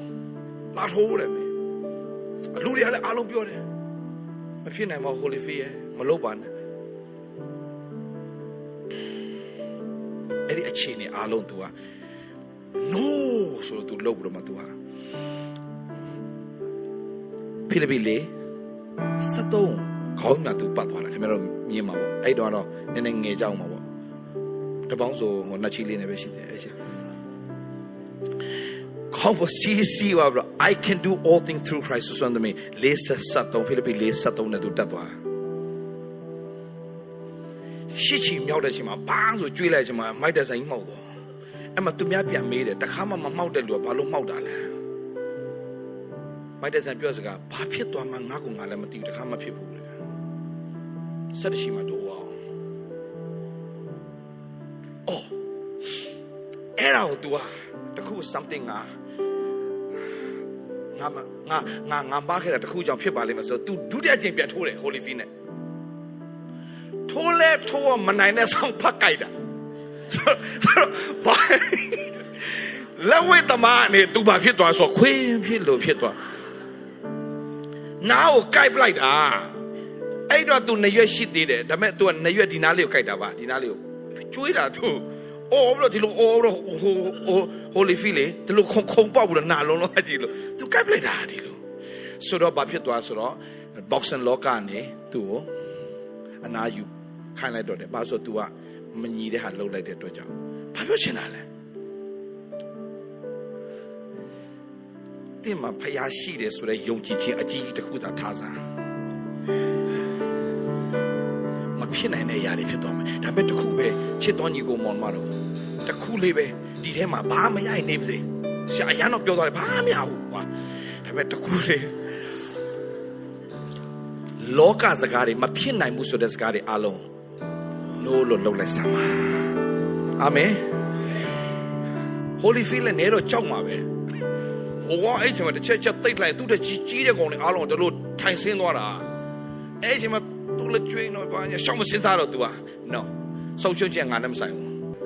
ဆုံးချုံချက်ငါနဲ့မဆိုင်ဘူးအသေးဆုံးနဲ့တေချင်ငါနဲ့မဆိုင်ဘူးကင်ဆာယောဂငါနဲ့မဆိုင်ငါမျိုးနဲ့လည်းမဆိုင်ဘူးဟာလေလုယာဒီယောဂဆိုးတဲ့ငါတို့နဲ့မဆိုင်ဘူးပြောရအောင်ယောဂဆိုးတဲ့ငါတို့နဲ့မဆိုင်ဘူးငါနဲ့ဆိုင်တာအသက်ရှိခြင်းကျမ်းမာခြင်းအသက်ပြည့်နေရခြင်းဘုန်းတော်ထင်ရှားခြင်းအမှုပြီးစီးခြင်းကျွဲဝခြင်းမျက်နှာသာရခြင်းပြုလေသမျှမှာအကြံစီထားမြောက်လေအောင်မြင်ခြင်းရှိရမယ်အဲ့ဒါငါတို့နဲ့ဆိုင်တယ်အာမင်